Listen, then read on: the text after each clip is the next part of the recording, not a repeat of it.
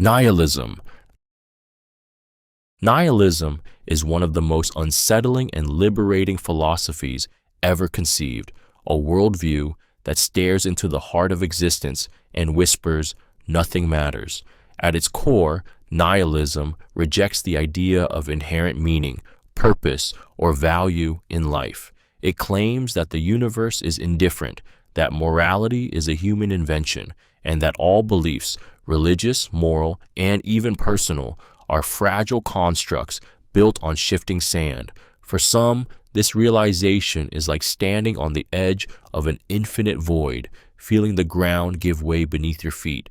To the devoted believer, nihilism feels like betrayal.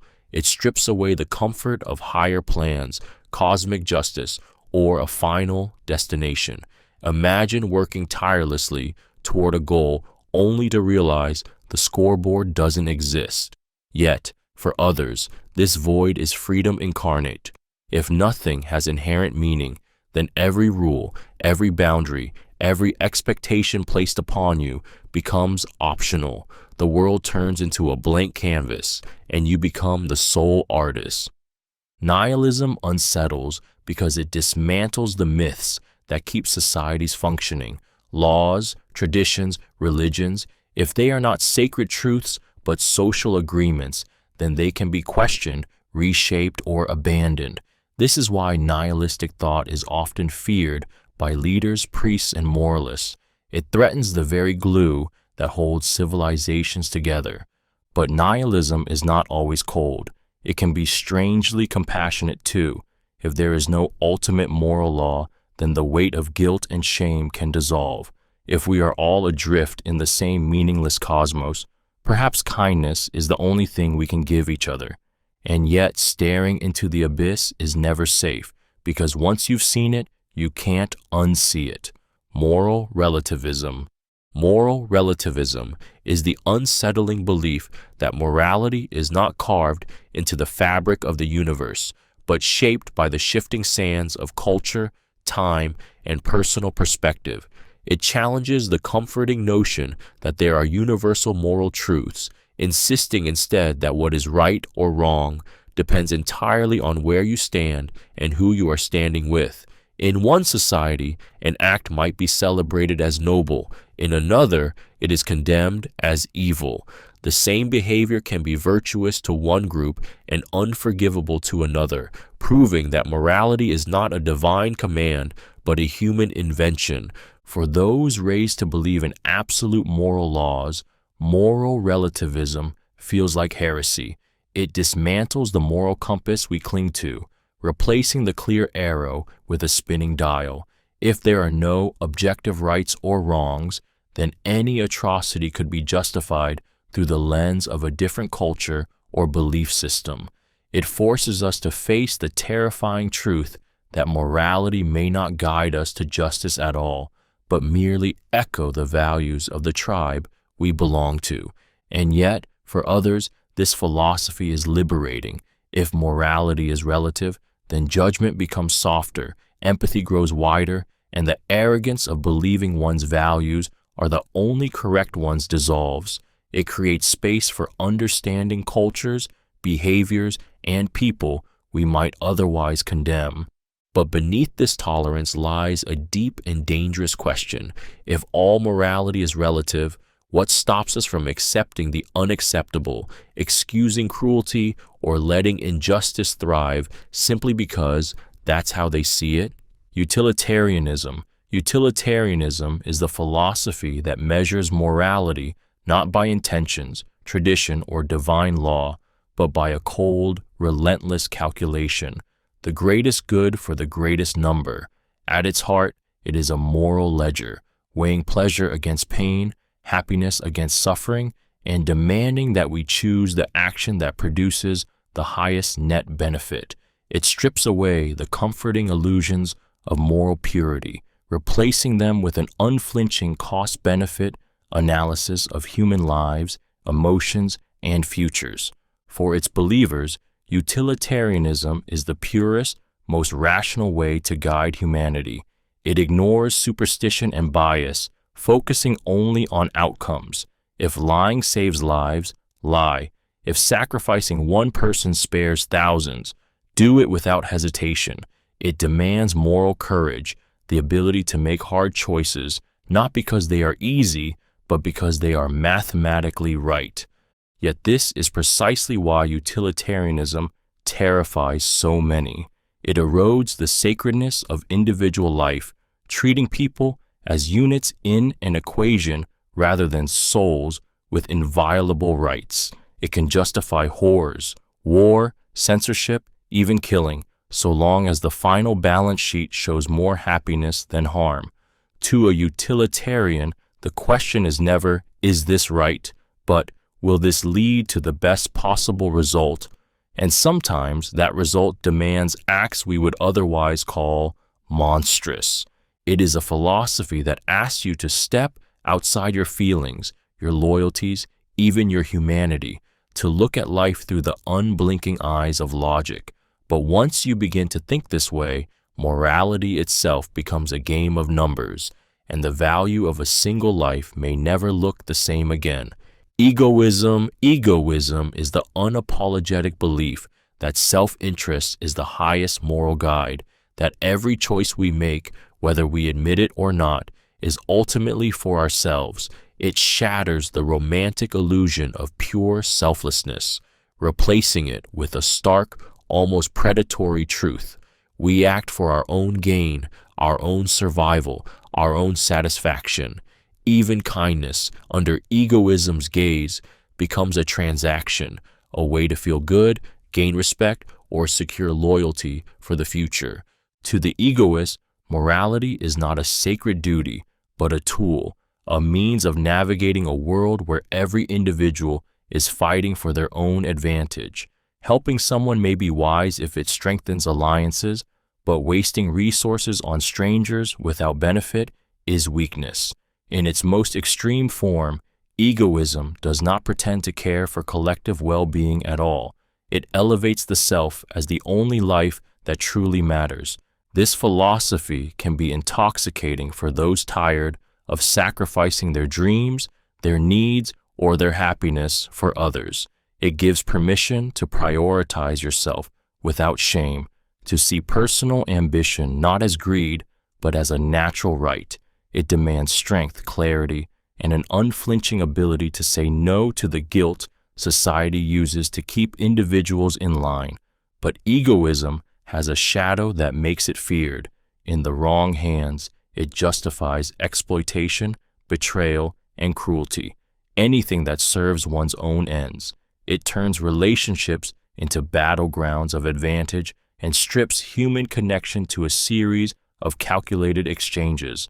Under egoism, love itself becomes suspect, and trust feels like a gamble you can't afford to lose.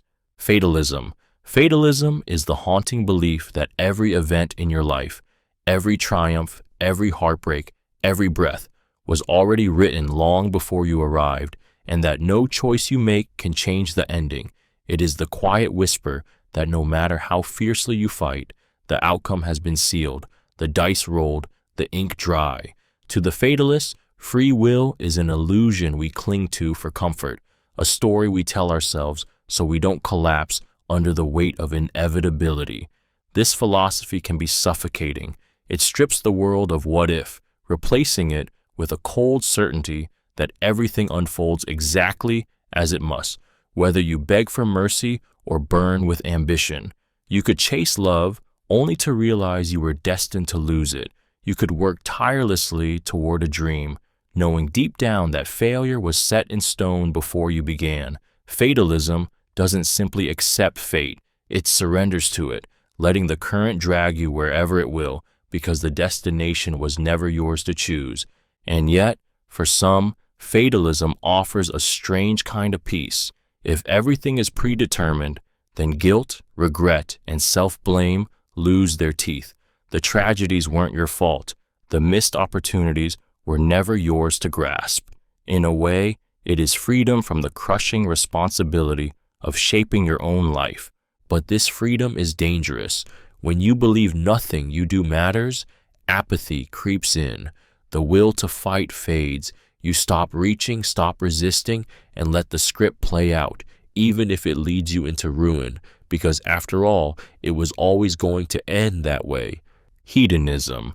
Hedonism is the philosophy that crowns pleasure as life's highest purpose, declaring that the pursuit of enjoyment and the avoidance of pain are the only goals worth chasing. It seduces with a simple, intoxicating promise. Happiness is not found in duty, sacrifice, or restraint, but in embracing the experiences that make you feel most alive.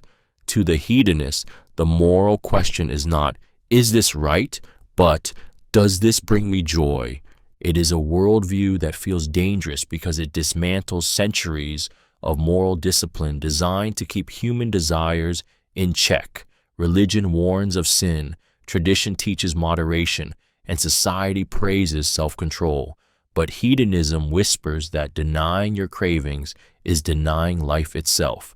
A delicious meal, an intoxicating night, a thrill that makes your heart race.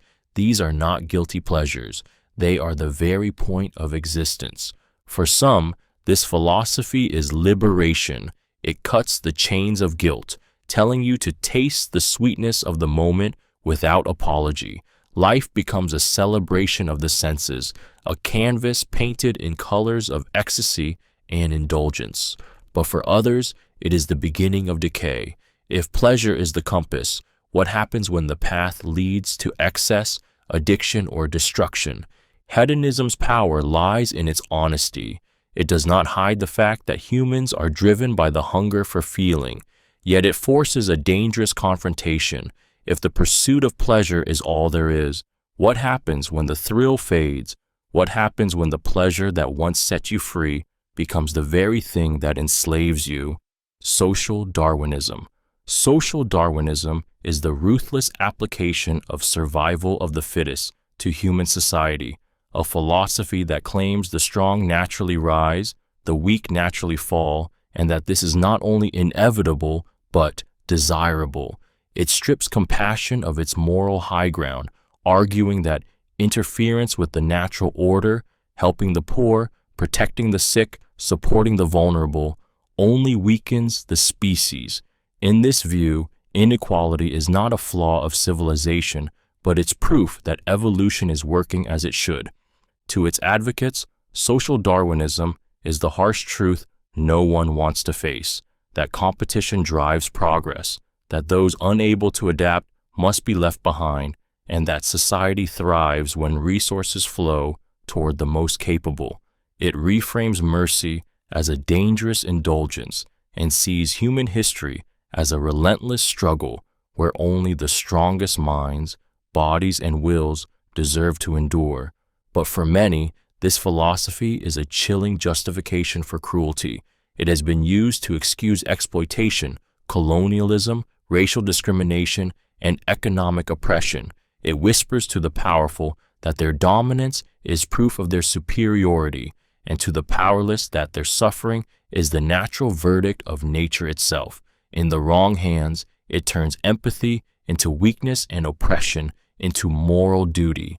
Social Darwinism forces us to confront an ugly question.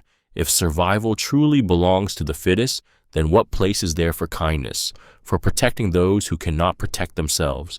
And if we strip humanity of that compassion, what exactly are we trying to survive for? Machiavellianism. Machiavellianism is the dark art of power without apology, the philosophy that morality is a luxury for those who are not serious about winning. Rooted in the political writings of Niccolò Machiavelli, it teaches that to survive, to rise, and to rule, one must be willing to manipulate, deceive, and control. It views the world not as a fair contest, but as a battlefield where only the shrewd and ruthless claim victory. At its core, Machiavellianism strips away the idealism that binds most people. It does not ask, is this right? But, will this work? Truth, loyalty, and kindness are tools to be used strategically, not virtues to be worshipped. A promise is binding only so long as it serves your interests. An ally is valuable only until they threaten your position. It is a philosophy built for those who understand that in the game of influence, sentimentality is a weakness to be exploited by others. To its practitioners, this is not cruelty, it is realism.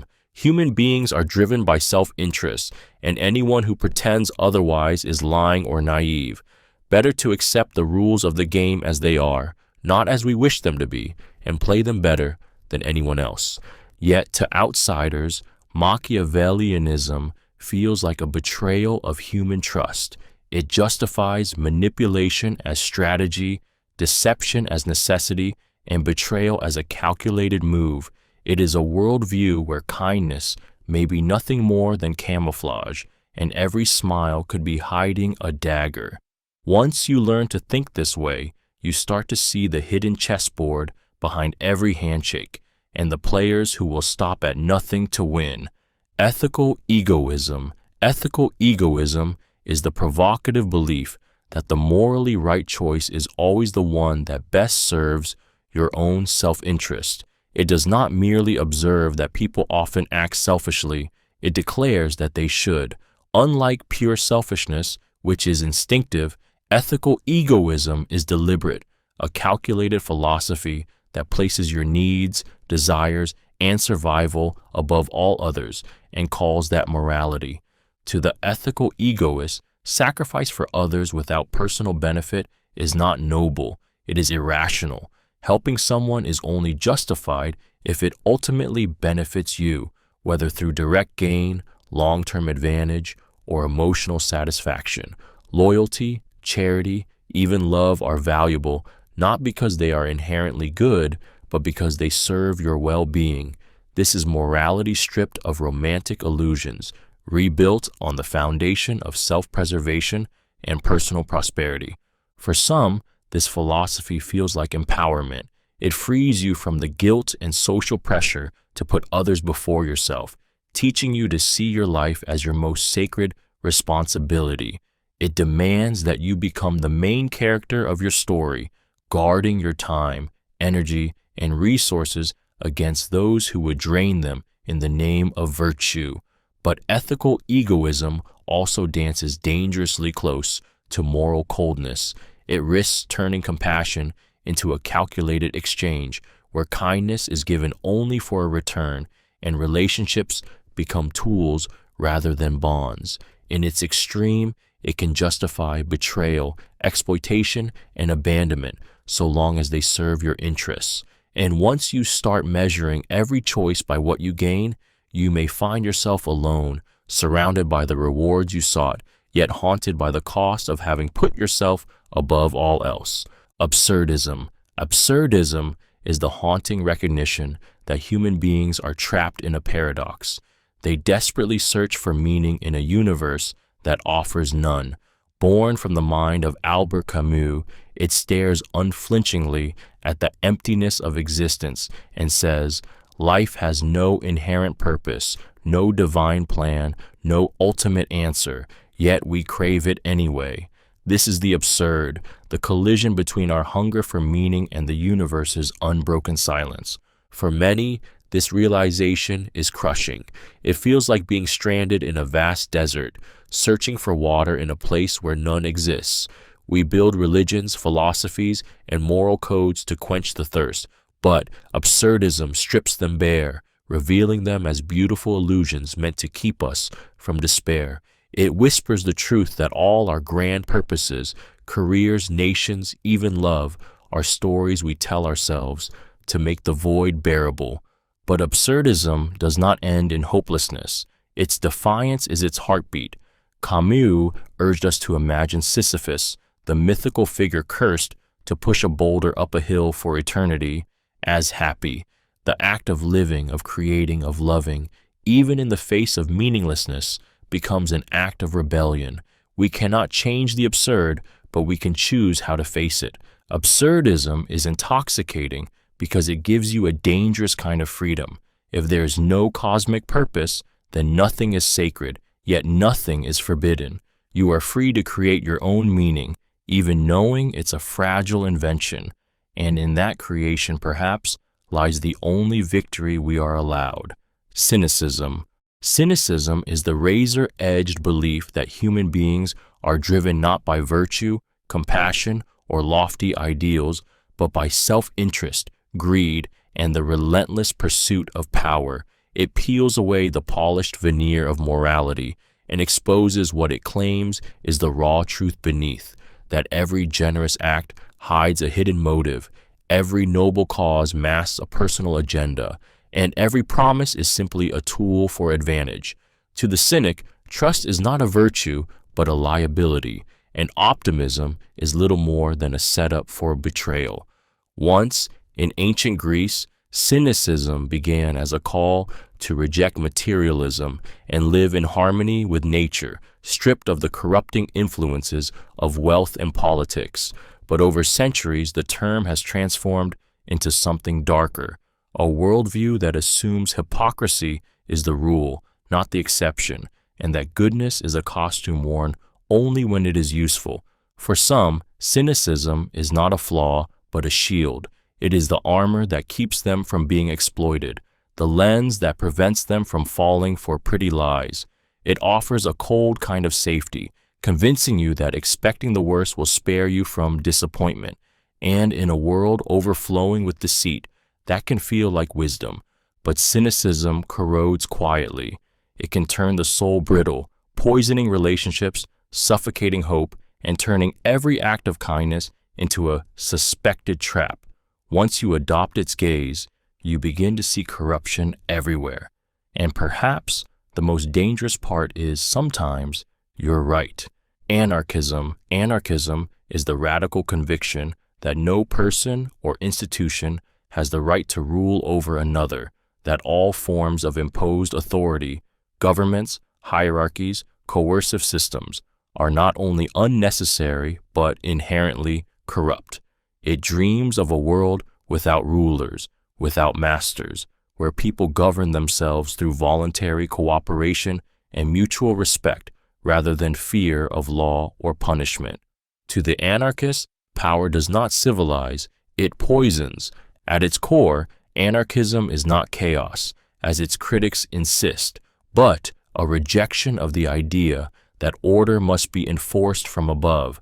It claims that humans are capable of creating their own systems of fairness and collaboration without the violence and control of states. The police, the military, the bureaucracy, these are not protectors but tools of oppression. Remove them, anarchism argues, and society could rebuild itself on freedom rather than domination. For those who have suffered under authoritarian rule, anarchism can feel like a burning light of hope, a way to reclaim dignity and self-determination. But for others, it is terrifying because it demands the tearing down of everything we know. Without governments, who builds the roads? Without laws, who stops the murderer? Anarchism answers with faith in community, trust in human solidarity, and the belief that oppression is far more dangerous than freedom's risks. And yet, hidden beneath its idealism lies a dangerous uncertainty. Anarchism dares to imagine a world without chains, but in doing so, it also removes the fences that keep the wolves at bay.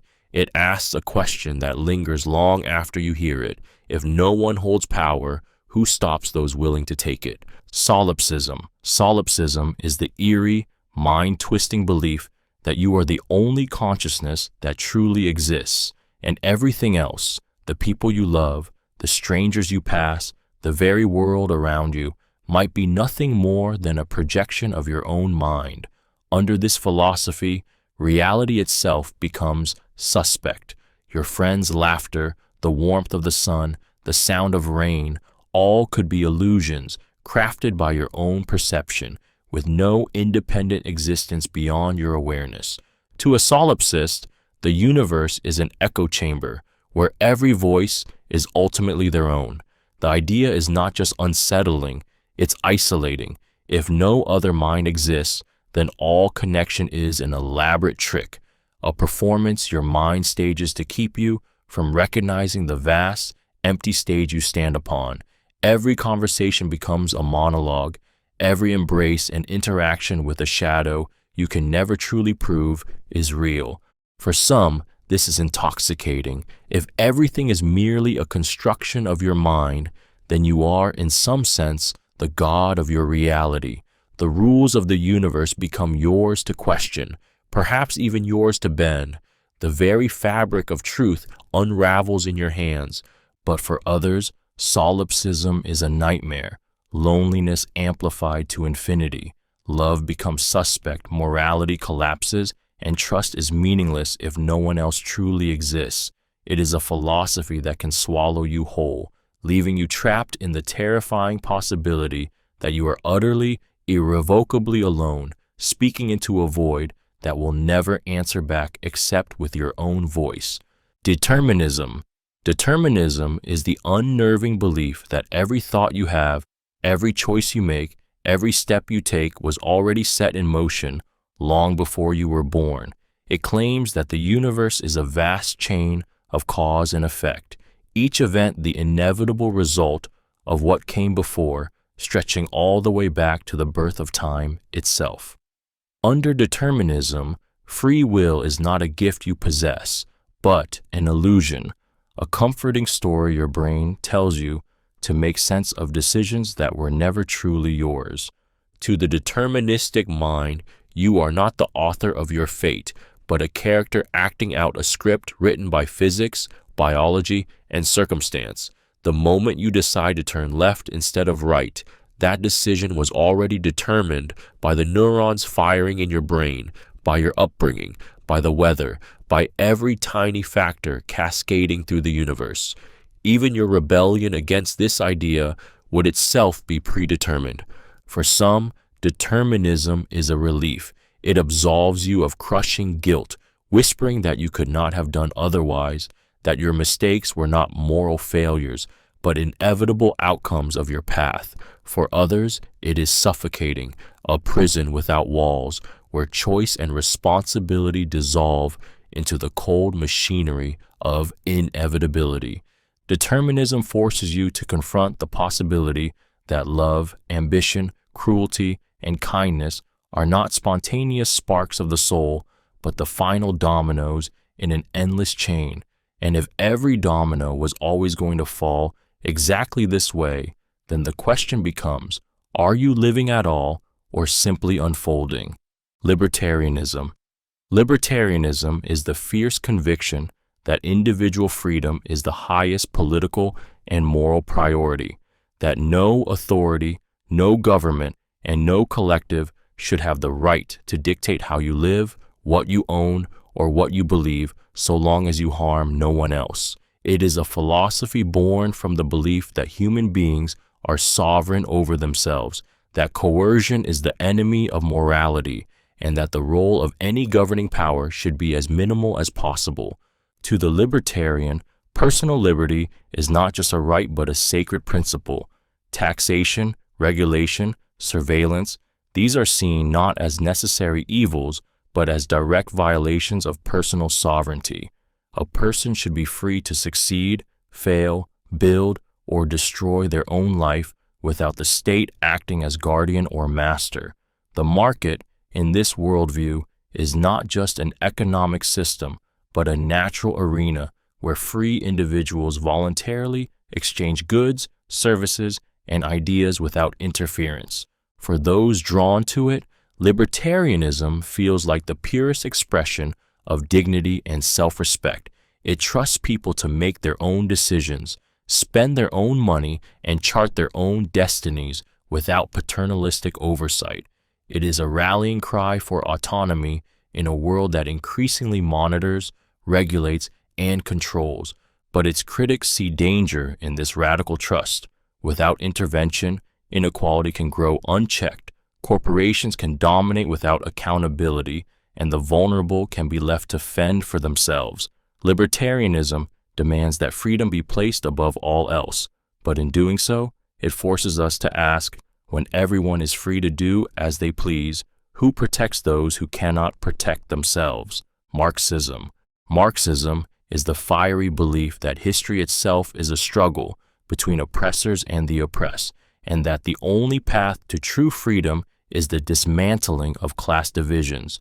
Born from the writings of Karl Marx and Friedrich Engels, it sees capitalism not as progress, but as a cage, an economic system built on exploitation, where the labor of the many enriches the few.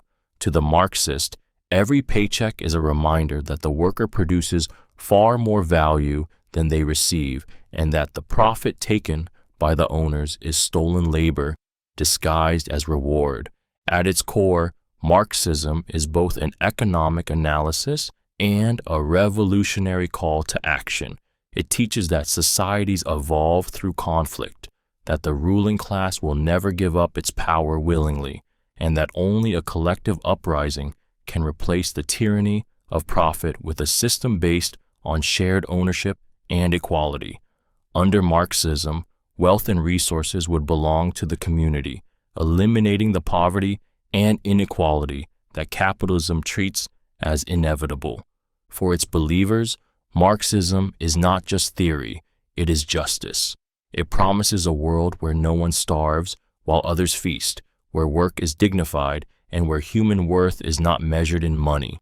But for its critics, Marxism is a dangerous seduction, one that replaces one form of control with another, often through force.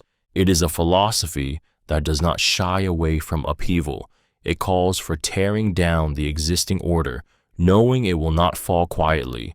And once you hear its rallying cry that workers of the world must unite, you can almost feel the ground tremble beneath the weight of its demand. Communism. Communism is the radical vision of a world without private property, where all means of production are collectively owned, and wealth is distributed not by inheritance or market forces, but according to need.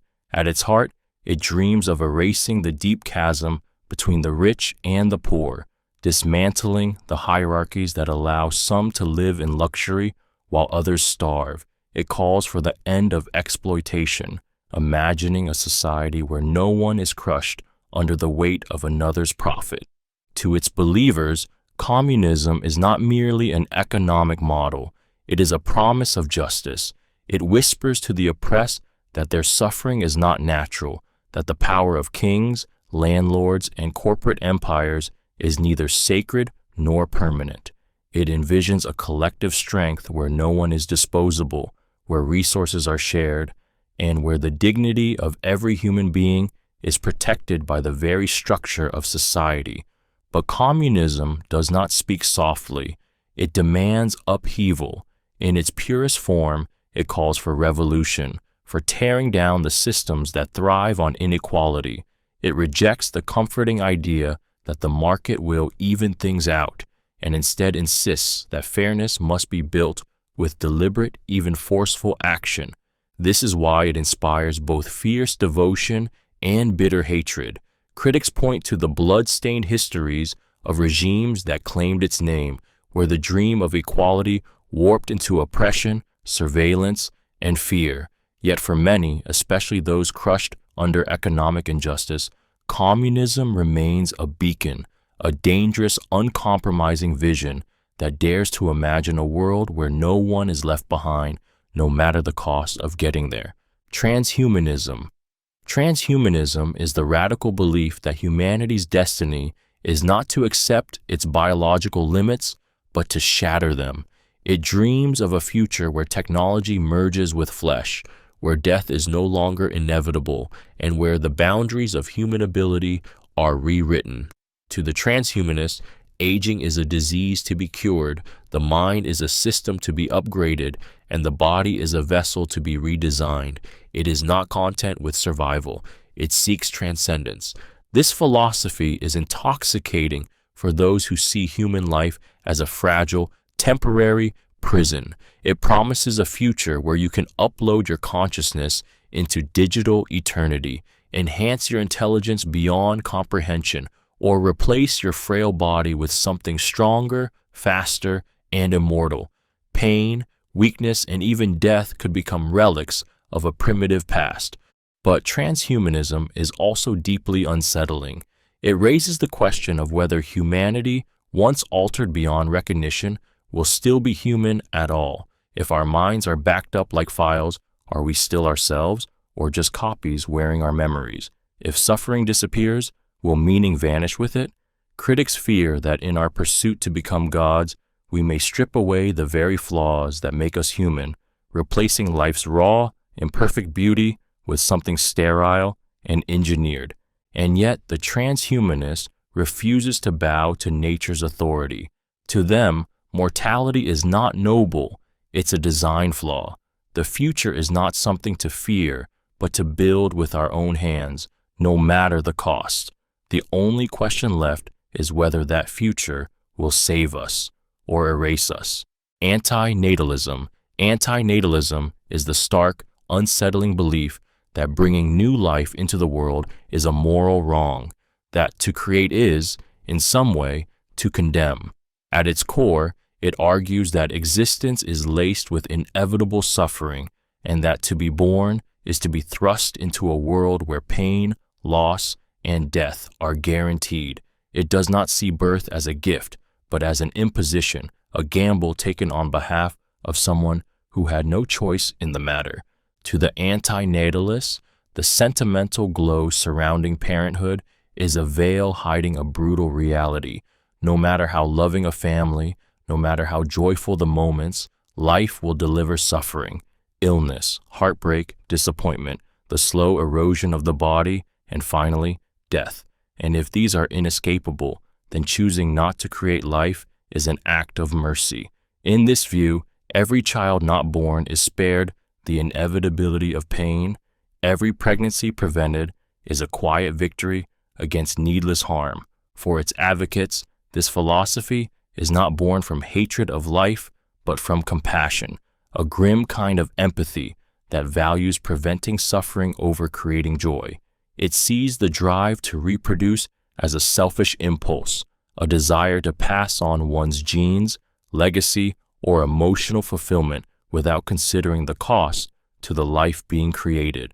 Yet to many, antinatalism feels like a rejection of everything human, hope, growth, continuity. It stirs anger because it asks an unbearable question. If life is as filled with suffering as we know it is, how can we justify forcing someone else to endure it simply because we could? Radical skepticism. Radical skepticism is the relentless, unsettling belief that we cannot truly know anything, not the world, not other people, not even ourselves, with absolute certainty. It pushes doubt to its extreme, tearing apart the foundations on which we build our beliefs. What if your memories are flawed? What if your senses lie? What if everything you think is real is nothing more than a trick of perception, a dream you can't wake from? To the radical skeptic, even the obvious is suspect. This philosophy is not content with questioning small things. It questions the very possibility of knowing at all.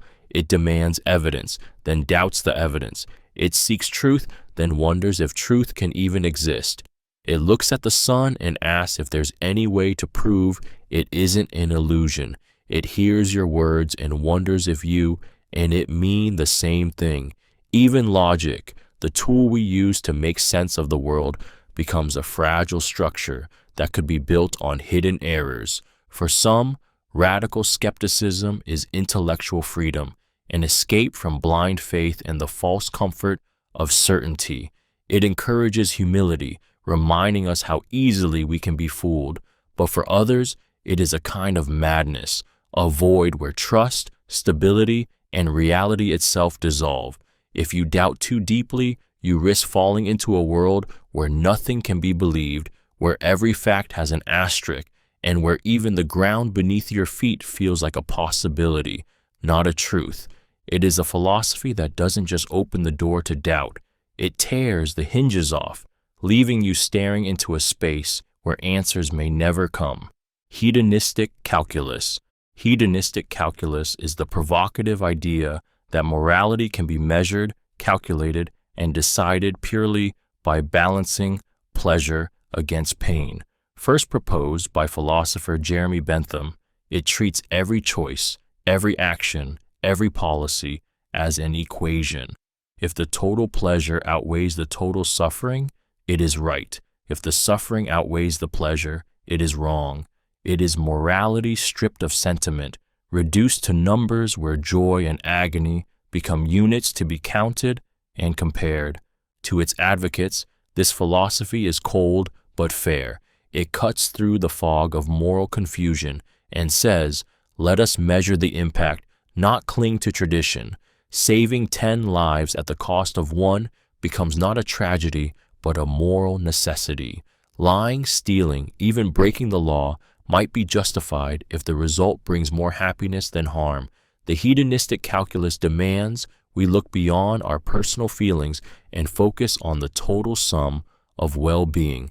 But this precision has a dark edge. How do you measure pleasure? How do you compare one person's joy to another's suffering? In the wrong hands, this method can justify cruelty so long as the numbers work out on paper.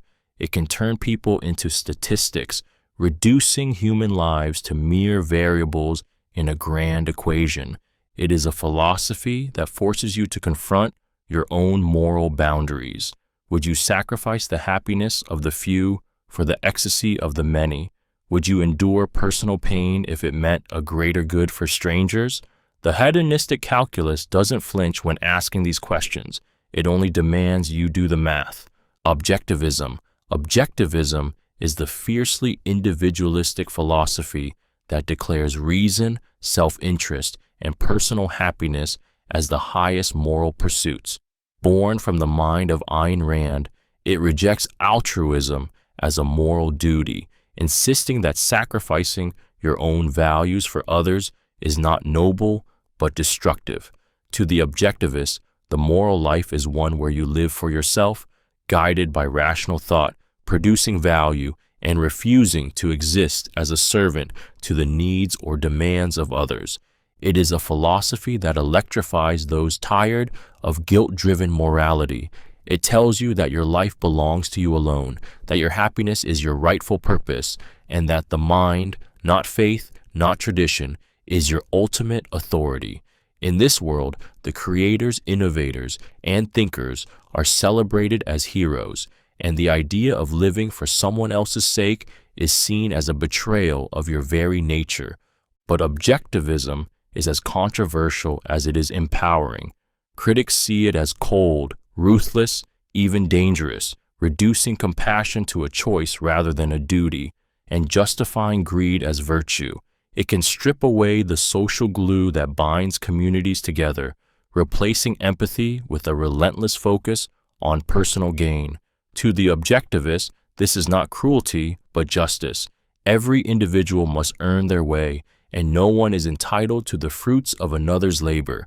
Its power lies in its refusal to compromise on the sanctity of the self. Yet, lurking within that purity is a question that refuses to die. If everyone lives solely for themselves, who will be left to stand together when the storms come? Moral nihilism. Moral nihilism is the unnerving belief that morality itself is an illusion, that concepts like good and evil are not truths waiting to be discovered, but human inventions with no objective existence. It doesn't just question certain moral codes, it dismantles the entire foundation, declaring that no action is inherently right or wrong. Murder, kindness, betrayal, generosity. Under moral nihilism, none of these hold any cosmic weight beyond the meanings we choose to assign them. To the moral nihilist, moral rules are like stories. They can guide us, inspire us, or frighten us, but they are still just stories.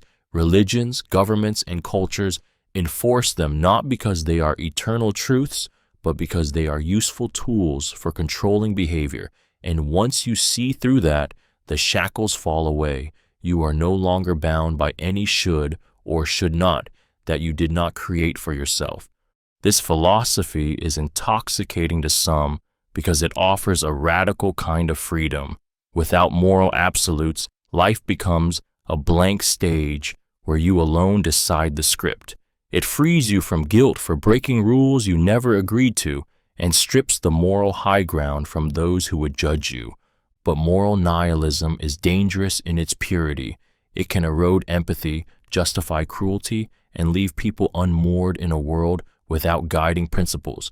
If no act is inherently wrong, then nothing stops the worst impulses from taking hold. It forces a haunting question into the mind. If morality is nothing more than a shared fiction, what, if anything, should stop us from tearing up the script entirely? Postmodernism. Postmodernism is the radical, often disorienting belief that reality itself is not fixed, but constructed, shaped by language, culture, and perspective, rather than some single objective truth. It challenges the grand narratives of history, morality, science, and progress, insisting that what we call truth is often just the story told by those with the power to make their version stick. To the postmodernists, certainty is a myth, and meaning is a shifting mosaic rather than a solid foundation. This philosophy dismantles the comforting idea that the world can be neatly explained by reason or universal laws. It whispers that facts are never neutral, that every truth is wrapped in bias, and that even the most sacred ideals are products of human invention. A scientific theory, a religious teaching, a moral code, none are immune from suspicion. Postmodernism pulls back the curtain on authority, revealing the manipulation, subjectivity, and cultural assumptions hiding underneath. For some, this is liberation. It frees the mind from the tyranny of one-size-fits-all truths, making room for marginalized voices, alternative perspectives, and a richer tapestry of human experience. It turns the world into a place where multiple realities coexist, where no one viewpoint can claim total dominance. But this same freedom carries a shadow. If all truths are relative, how do we defend anything? If every claim can be deconstructed, then what stops us from sinking into cynicism, where nothing can be trusted and everything is just an opinion? Postmodernism invites you to question the very ground you stand on, then leaves you to wonder if there was ever ground there at all. Deconstructionism. Deconstructionism is the unsettling philosophy that takes a wrecking ball to the very structures of meaning we trust to make sense of the world. Born from the work of Jacques Derrida, it refuses to accept words, texts, or ideas at face value, insisting that every meaning is unstable, every truth is layered with contradictions, and every certainty can be dismantled to reveal the chaos beneath. It is not about destroying for destruction's sake. It is about exposing the hidden assumptions, the silent power plays, and the cultural baggage that prop up our most sacred beliefs. To a deconstructionist, language is not a clear window to reality, but a hall of mirrors, endlessly reflecting and distorting. Every sentence carries traces of what it excludes, every definition bleeds into its opposite, and every claim to truth hides an unspoken bias. This makes deconstructionism both thrilling and terrifying. It hands you the tools to tear down any argument, any ideology, any moral law, until nothing stands untouched. For its critics, it's intellectual anarchy. If every meaning is slippery, then how can anything be trusted? How do we live, act, or believe if all ideas are just fragile constructions waiting to be taken apart? It can leave people feeling unmoored, drowning in a sea of interpretations with no solid ground. And yet, for its defenders, this is liberation. Deconstructionism is a weapon against manipulation, a way to unmask the illusions that control us. But once you learn to see through the walls of meaning, you may never be able to stop dismantling, and you may find yourself wondering if there's anything left worth building at all. Relativist Epistemology. Relativist epistemology is the unsettling belief that truth itself is not absolute, but dependent on perspective, culture, or context. It challenges the very foundation of knowledge by rejecting the idea that there is one objective reality we can all agree on. Instead, it claims that what you call truth is shaped by the language you speak, the culture you were born into, and the lens through which you view the world. Two people can witness the same event and come away with two entirely different truths, and under Relativist Epistemology, both are valid. For those raised to believe in an objective, discoverable reality, this philosophy feels like intellectual chaos. If truth is relative, then science, history, morality, every discipline built on the search for facts becomes a shifting mosaic of competing perspectives. The comforting notion of a stable, universal truth dissolves, replaced by the dizzying idea that all truths are local, temporary, and shaped by the observer. Yet for others, this is a liberation from the tyranny of a single narrative. It opens the door to understanding diverse cultures, to questioning the dominance of one worldview over another. It dismantles the arrogance that one society's truth should rule them all, and it makes space for voices that history has silenced. But relativist epistemology carries a dark weight.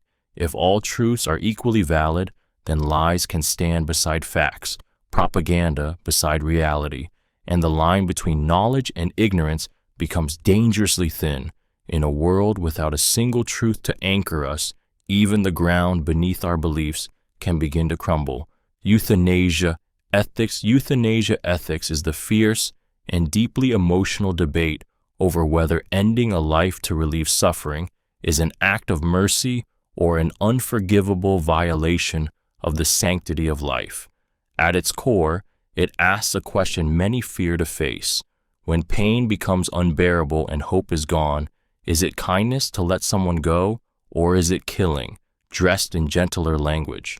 For its supporters, euthanasia is an act of compassion, a way to honor the dignity of those who are trapped in bodies that no longer serve them, minds that are fading, or illnesses that offer no reprieve. It gives people the power to choose their own ending, to meet death on their own terms, rather than be dragged toward it in prolonged agony. In this view, to force someone to endure unrelenting suffering when relief is possible is not morality, it's cruelty disguised as virtue. But for opponents, euthanasia is a dangerous step down a slippery slope. If we allow the intentional ending of life, even for mercy, what stops that boundary from expanding? Who decides when life is no longer worth living? They argue that life's value is not diminished by suffering and that the right response is to care, not to kill. Euthanasia ethics pierces at the heart of human values: autonomy versus sanctity, choice versus protection, mercy versus preservation. And at its darkest edge lies a chilling fear that once we normalize ending life for suffering, we may begin to normalize ending life for convenience, cost, or the quiet comfort of those left behind. Realpolitik. Realpolitik is the cold, unflinching philosophy of power that strips politics of idealism and drapes it in raw pragmatism. It rejects lofty moral visions and sentimental diplomacy, insisting that nations and leaders must act according to practical interests, not principles. To the practitioner of Realpolitik, power is not a dirty word. It is the lifeblood of survival. Justice, morality, and honor are luxuries. Strength, strategy, and results are necessities. It is a worldview born in the back rooms of political deals, in the smoke of wartime strategy, in the quiet calculations of leaders who understand that sentimentality loses wars and idealism topples empires. Realpolitik thrives on compromise when it's useful, betrayal when it's necessary, and manipulation when it secures an advantage. It is not about what should be done, but what can be done and what must be done to win. For some, this philosophy is the harsh truth that keeps nations alive in a brutal world. It sees politics as a chessboard, where the weak are consumed and the strong write history. Moral purity, in this view, is a self-imposed weakness, a vulnerability your enemies will exploit. But to its critics, realpolitik is moral decay made policy, a justification for exploitation, oppression, and ruthless opportunism.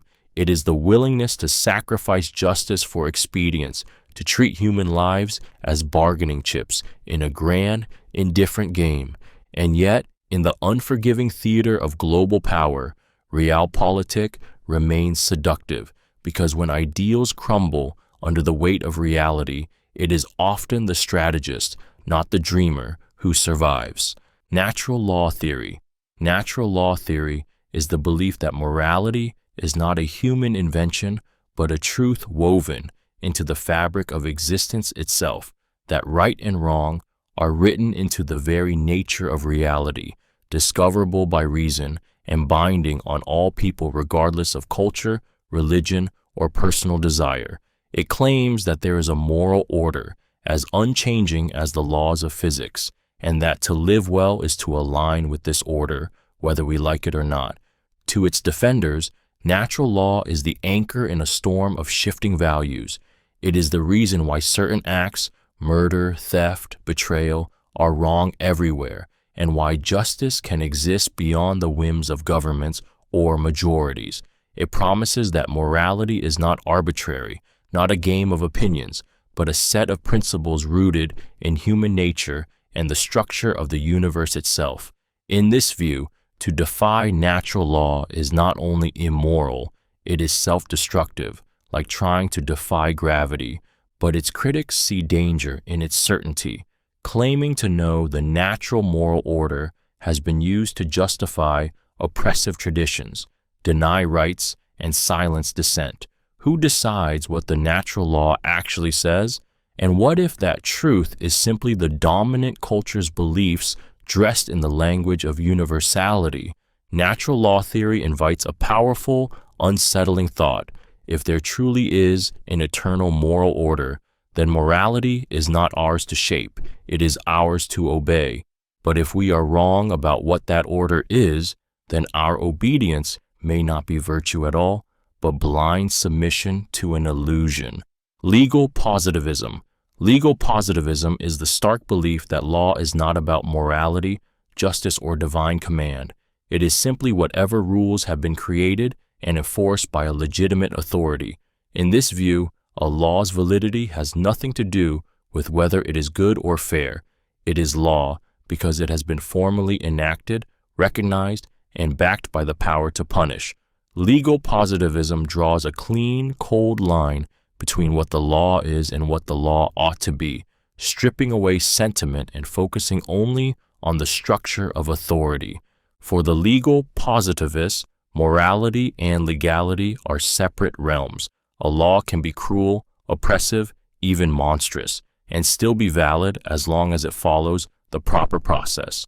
This makes the philosophy both unsettling and brutally honest. It acknowledges that justice does not automatically live within the law, and that the legal system is a human creation, vulnerable to the flaws and ambitions of those in power. Supporters see this clarity as essential. Mixing morality with law invites chaos, allowing personal beliefs to undermine the consistency of the legal order.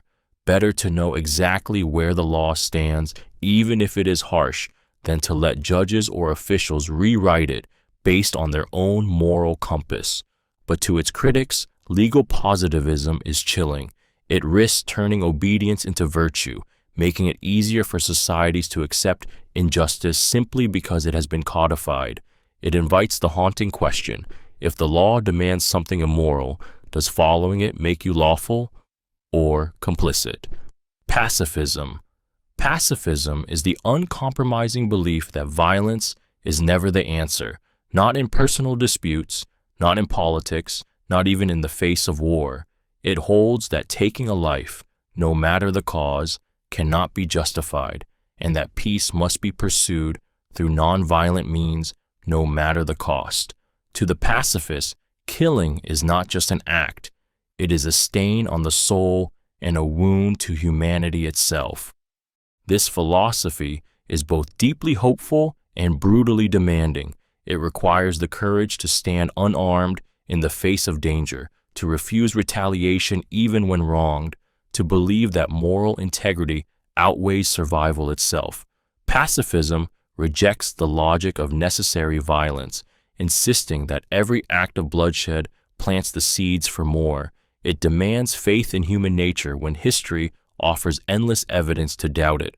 For its believers, pacifism is the highest moral stance, a refusal to become what you oppose. It sees every person, even an enemy, as deserving of life, and trusts that change comes not through force, but through persuasion, resistance, and example. Figures like Gandhi and Martin Luther King Jr. embody this conviction, proving that unarmed defiance can move empires. But to its critics, pacifism is dangerously naive. They argue it fails to stop tyrants, leaves the innocent vulnerable, and depends on the hope that others will sacrifice themselves to shield what pacifists will not fight for. It forces a haunting question. In a world where violence thrives, is refusing to fight the highest form of morality or the ultimate surrender? Scientism. Scientism is the fierce conviction that science is not only the best path to knowledge, but the only one that truly matters. It elevates the scientific method above philosophy, religion, art, and intuition, declaring that if something cannot be measured, tested, and verified, it is either irrelevant or meaningless. To the believer in scientism, reality is a puzzle that can and must be solved through observation, data, and reason, with no room for mystery or faith. For its advocates, scientism is a beacon of progress. It rejects superstition, dismantles dogma, and drives humanity forward through discovery and innovation. It demands evidence before belief, placing truth in the hands of experiments rather than prophets. In their eyes, every problem, from disease to morality to consciousness, has a scientific solution waiting to be found. But to its critics, scientism is not the triumph of reason, but its distortion. It reduces the vast human experience to what can be quantified, dismissing subjective truths, spiritual insight, and emotional meaning as unworthy of serious thought. Love becomes a chemical reaction, beauty a neurological trick, morality a product of evolution.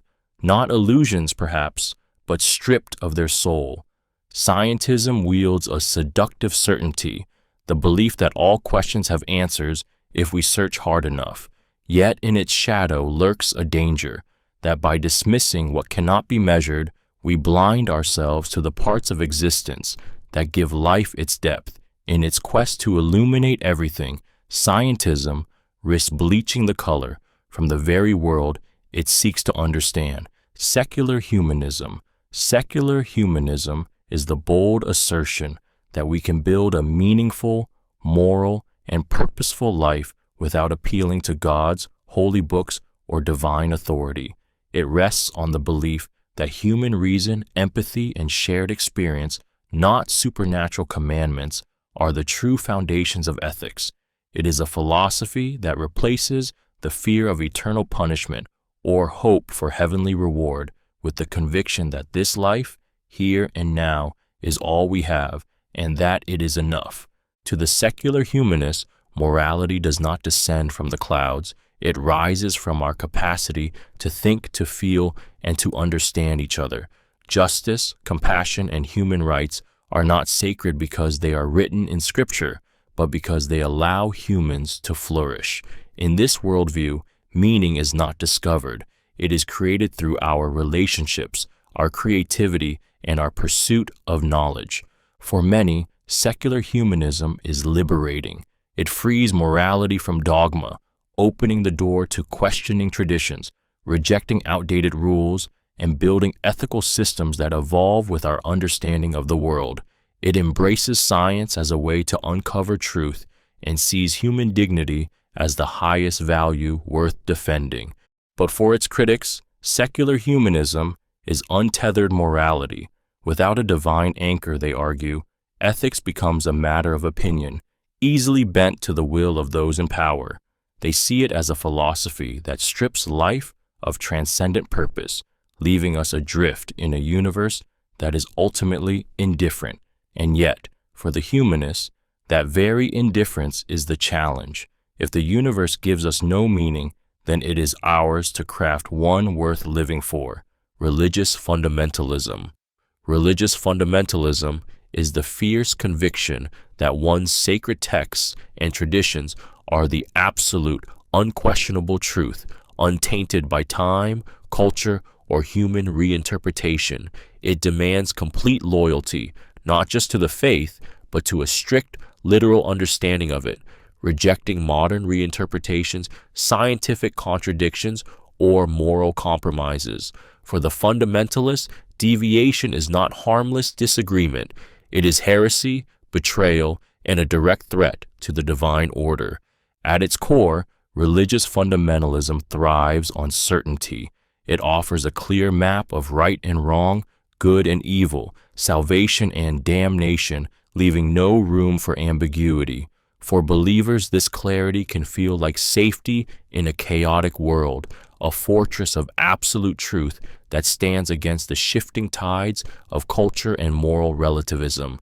Inside its walls, purpose is simple, life is guided, and answers to the deepest questions are already written.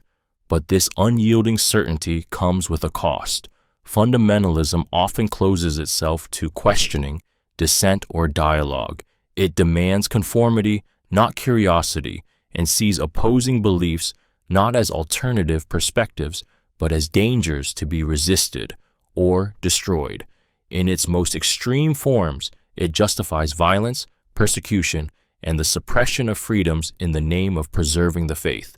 To its critics, religious fundamentalism is not protection, but imprisonment, a worldview that chains the mind to a single interpretation, silences doubt, and elevates dogma above compassion. It transforms belief into battle, turning faith from a personal journey into a weapon of absolute conviction, where compromise is seen not as peace, but as surrender. Theocracy is the belief, and often the system, in which political power is inseparable from religious authority, where the laws of the land are seen as the laws of God, and rulers claim their legitimacy not from the will of the people, but from the will of the divine.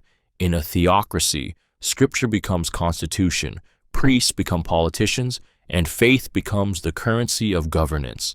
To its adherents, this is not oppression but order, the ultimate unity of moral truth and political rule.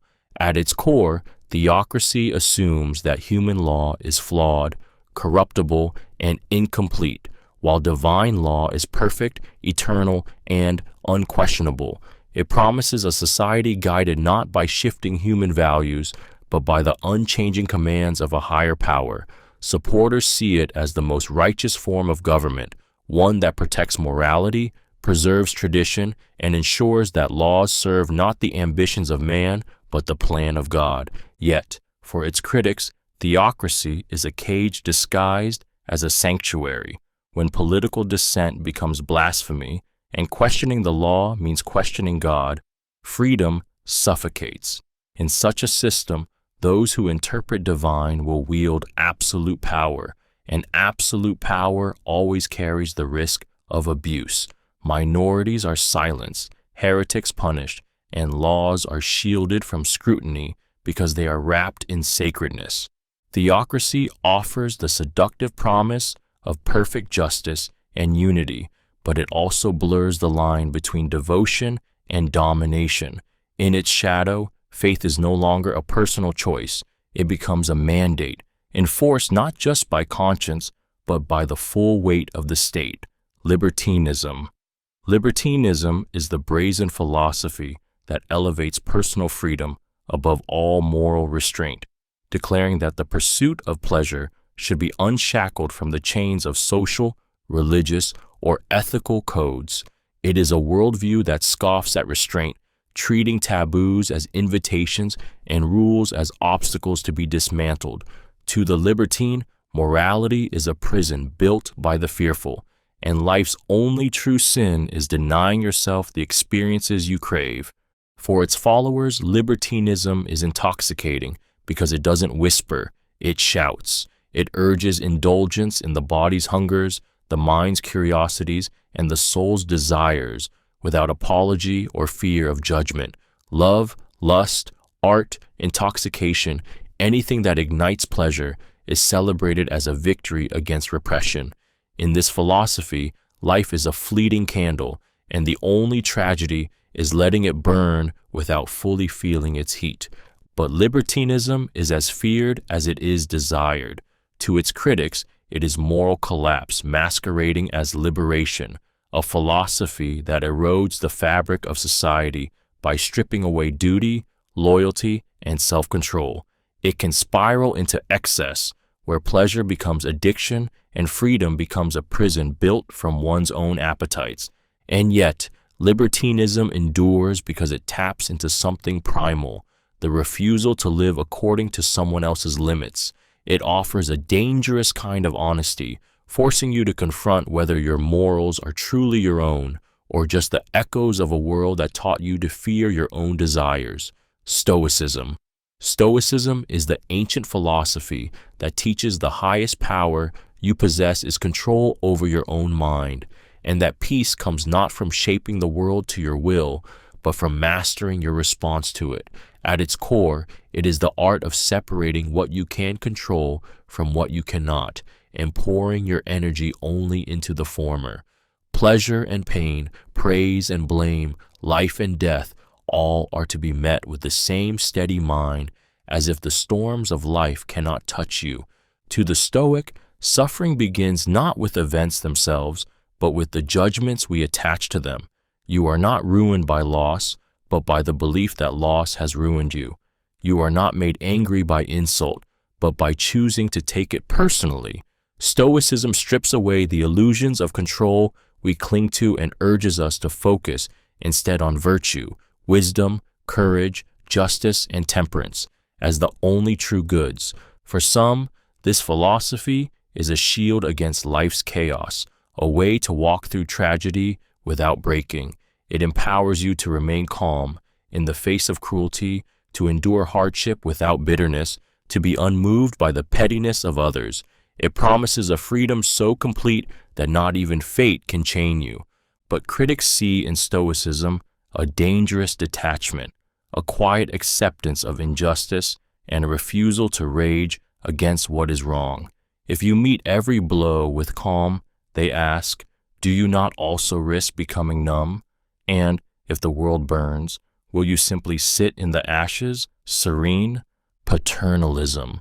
Paternalism is the belief that those in power have the right, perhaps even the duty, to make decisions for others for their own good, even if it overrides their personal freedom. It is the philosophy of the parent who withholds choice from the child, not out of malice, but out of a conviction that they know better. In politics, law, and ethics, paternalism steps in when authorities decide that individuals cannot be trusted to make the right decisions for themselves and therefore must be guided, restricted, or protected, sometimes against their will. At its heart, paternalism wears the mask of care. It speaks in the language of protection, claiming to save people from harm, ignorance, or their own poor judgment. Seatbelt laws, drug bans, restrictions on unhealthy foods, censorship for public decency, all are justified through the paternalistic lens. The idea is simple. If people are too short-sighted, too emotional, or too uninformed to choose wisely, the wise must choose for them. For some, this is comforting. It relieves the burden of responsibility, ensuring that someone more informed is making the hard calls. It can prevent catastrophic mistakes, save lives, and maintain order. But to its critics, paternalism is a velvet-gloved form of control. It undermines autonomy, erodes dignity, and treats adults as perpetual children incapable of self-governance. It assumes that one group's judgment is inherently superior to another's, a belief that can easily slide into arrogance, abuse, and tyranny. The danger lies in its subtlety, because when control comes disguised as care, it becomes far harder to see the chains being slipped around your wrists. Free market fundamentalism. Free market fundamentalism is the unshakable belief that the economy, left entirely to its own devices, will naturally create the most efficient, fair, and prosperous society possible. It treats the market not just as a tool for trade, but as a self-correcting force of nature, a kind of economic deity that rewards hard work, punishes inefficiency, and needs no interference from government or regulation. In its purest form, it sees every restriction, every tax, every oversight as a distortion that keeps society from reaching its full potential. To its believers, the free market is the ultimate expression of freedom itself. Every choice, from buying bread to building empires, is a personal vote in a vast, collective decision-making system that functions better than any politician ever could. It promises that wealth flows to those who provide the most value and that competition sharpens innovation, lowers prices, and keeps power in check through sheer consumer choice. But its critics see something far darker. Left completely unrestrained, markets do not always reward merit. They reward power. The strong consume the weak, monopolies grow unchecked, and entire industries can thrive on exploitation. Human needs become commodities, and those without money find themselves voiceless in a system that measures worth in currency. Free market fundamentalism carries a seductive simplicity. Let the market decide. But beneath that simplicity lies a gamble, that human greed, without any leash, will somehow create a just society. And if that gamble fails, the invisible hand of the market may feel less like guidance and more like a chokehold. Environmental determinism.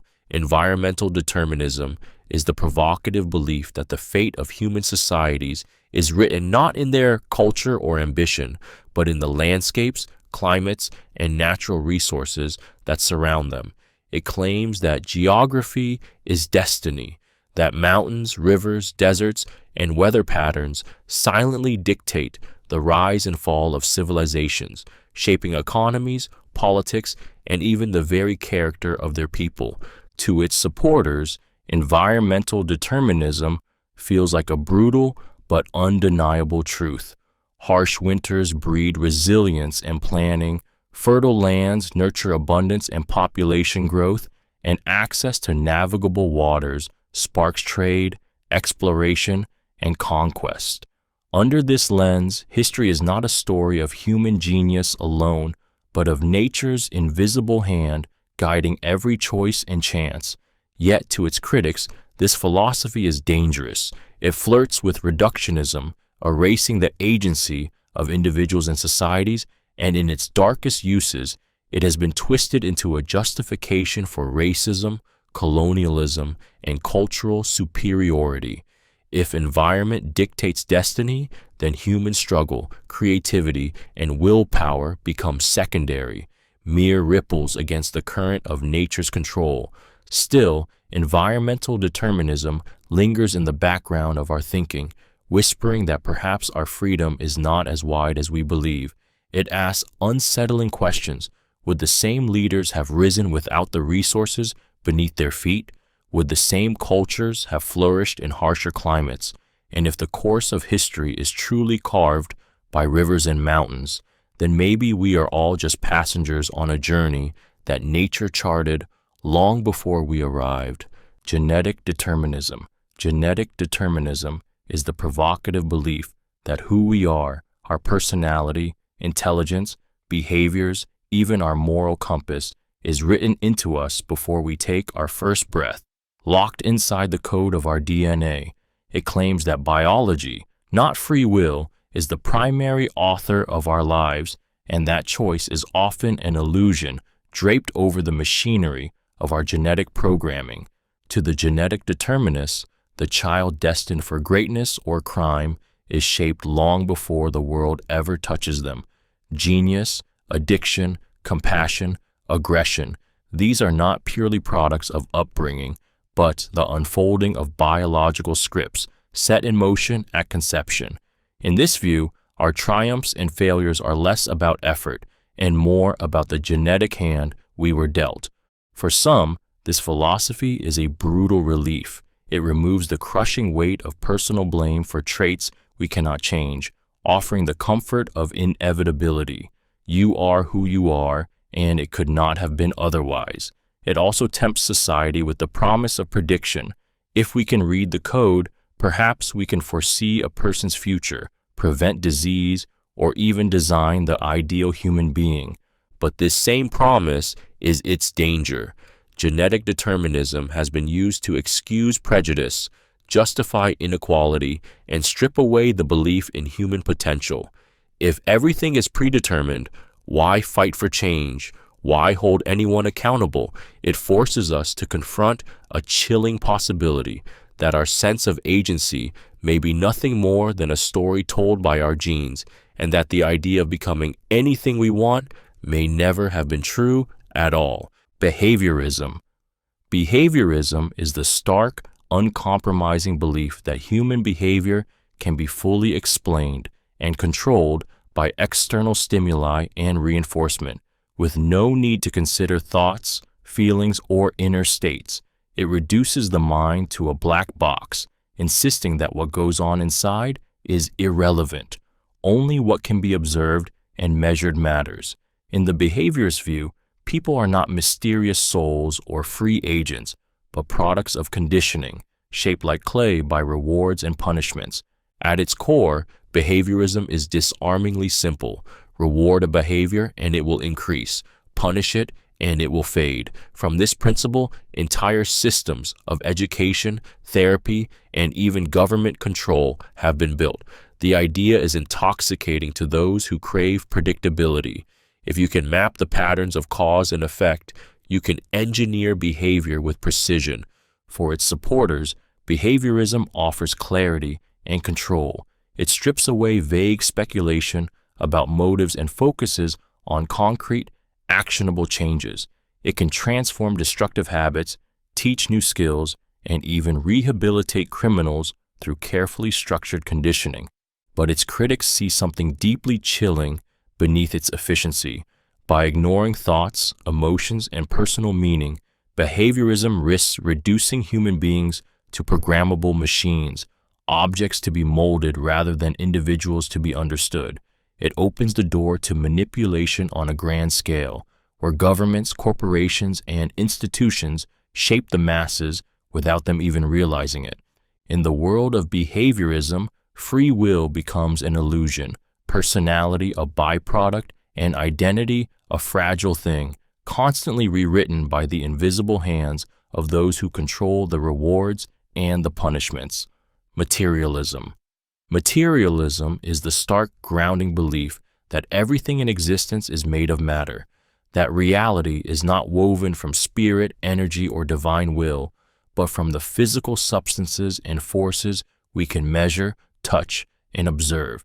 It claims that thoughts, emotions, and even consciousness itself are not mystical phenomena, but the intricate byproducts of chemical reactions and biological processes in the brain.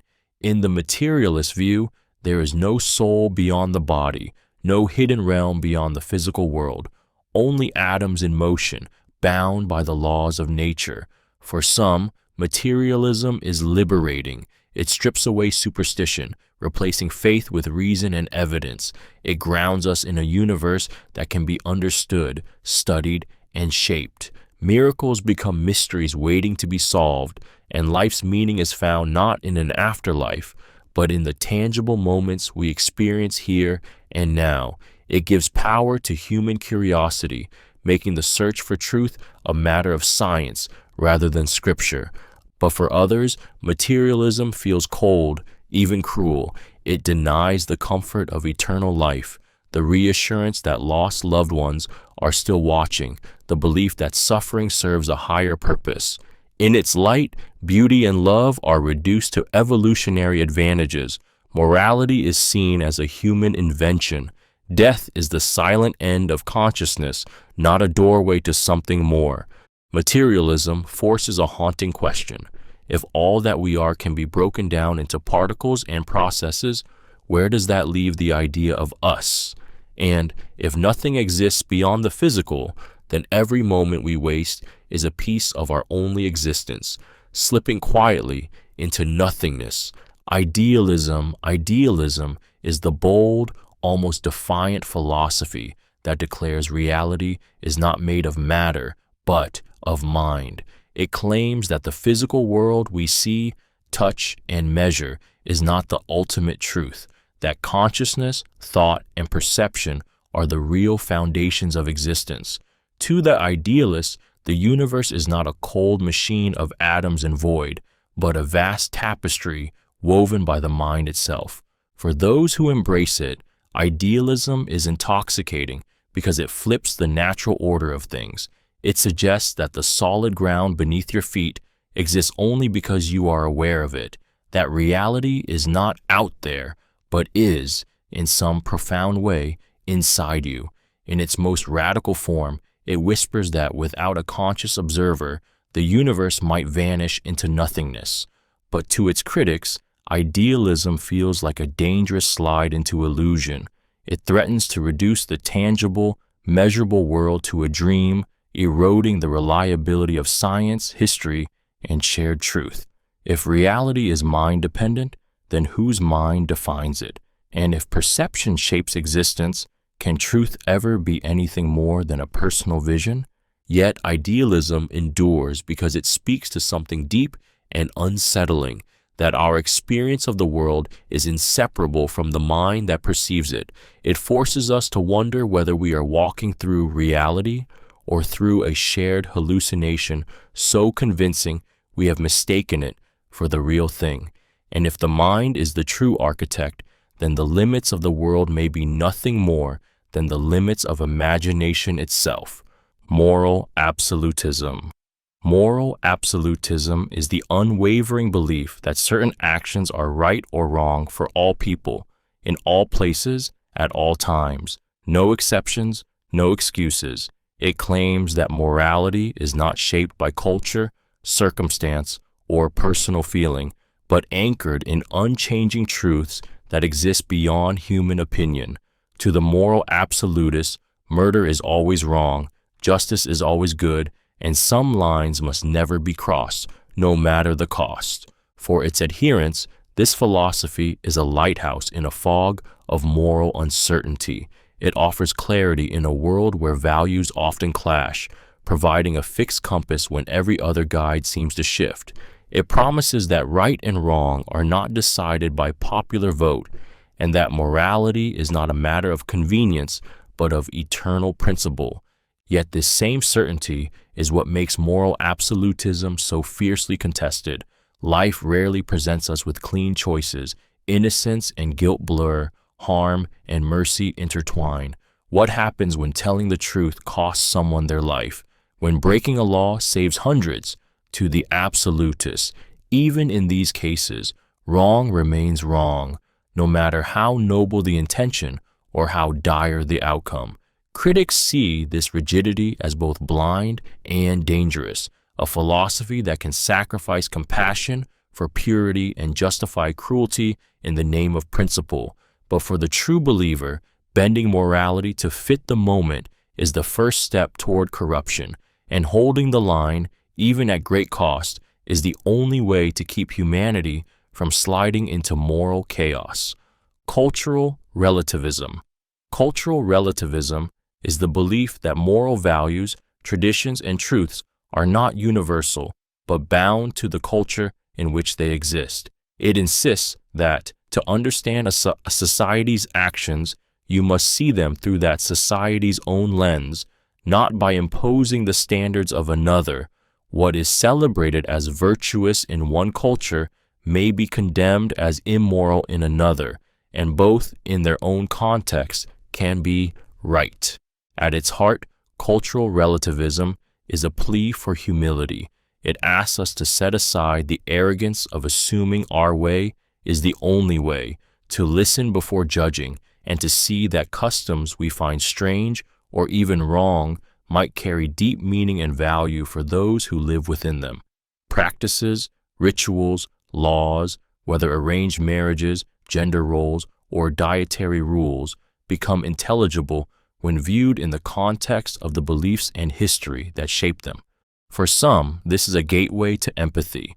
It breaks down prejudice, opens the door to understanding and reminds us that our own culture is just as constructed, just as imperfect as any other. But cultural relativism also carries a darker weight. If all values are bound to culture, how do we condemn practices that violate basic human dignity? Does respect for cultural difference mean turning away from oppression, cruelty, or violence simply because it is tradition? In its purest form, cultural relativism forces us to wrestle with an uncomfortable truth that our outrage may be as much a product of our upbringing as the act we condemn. It asks if morality itself is nothing more than an echo of the place we call home. Panpsychism. Panpsychism is the provocative belief that consciousness is not a rare miracle that bloomed only in human brains, but a fundamental feature of the universe itself. It suggests that awareness, however faint, exists in all things, from the mind of a person to the beating heart of an animal, down to the quiet solidity of a rock or the invisible dance of subatomic particles.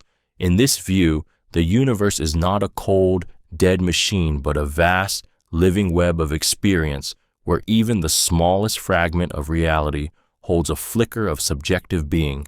To its believers, panpsychism offers a radical solution to one of philosophy's oldest riddles: how mind arises from matter. If consciousness is already woven into the fabric of existence, then we are not creating it from lifeless stuff. It has been here all along, humming quietly beneath the surface.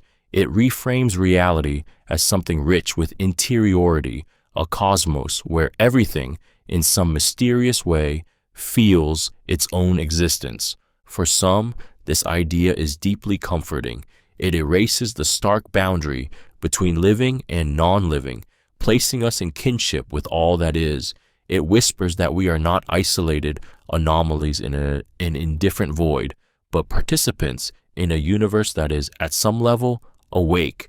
But to its critics, panpsychism is seductive nonsense, a poetic dodge that smuggles mysticism into science.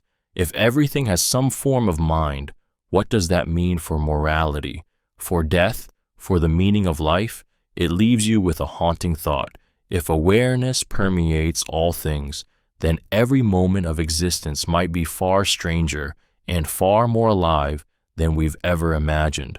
Panentheism. Panentheism is the expansive, almost dizzying belief that the universe exists within God, yet God is more than the universe. It paints a vision of divinity that is both immanent, present in every grain of sand, every breath of wind, and transcendent, existing beyond the limits of time, space, and matter. In this philosophy, God is not a distant ruler seated on a cosmic throne, nor a deity confined to sacred temples, but the living essence in which all existence floats like a drop in an infinite ocean. For its believers, panentheism is intoxicating because it fuses the intimacy of a God who is here, now, in everything you touch, with the awe of a God who remains forever beyond full comprehension.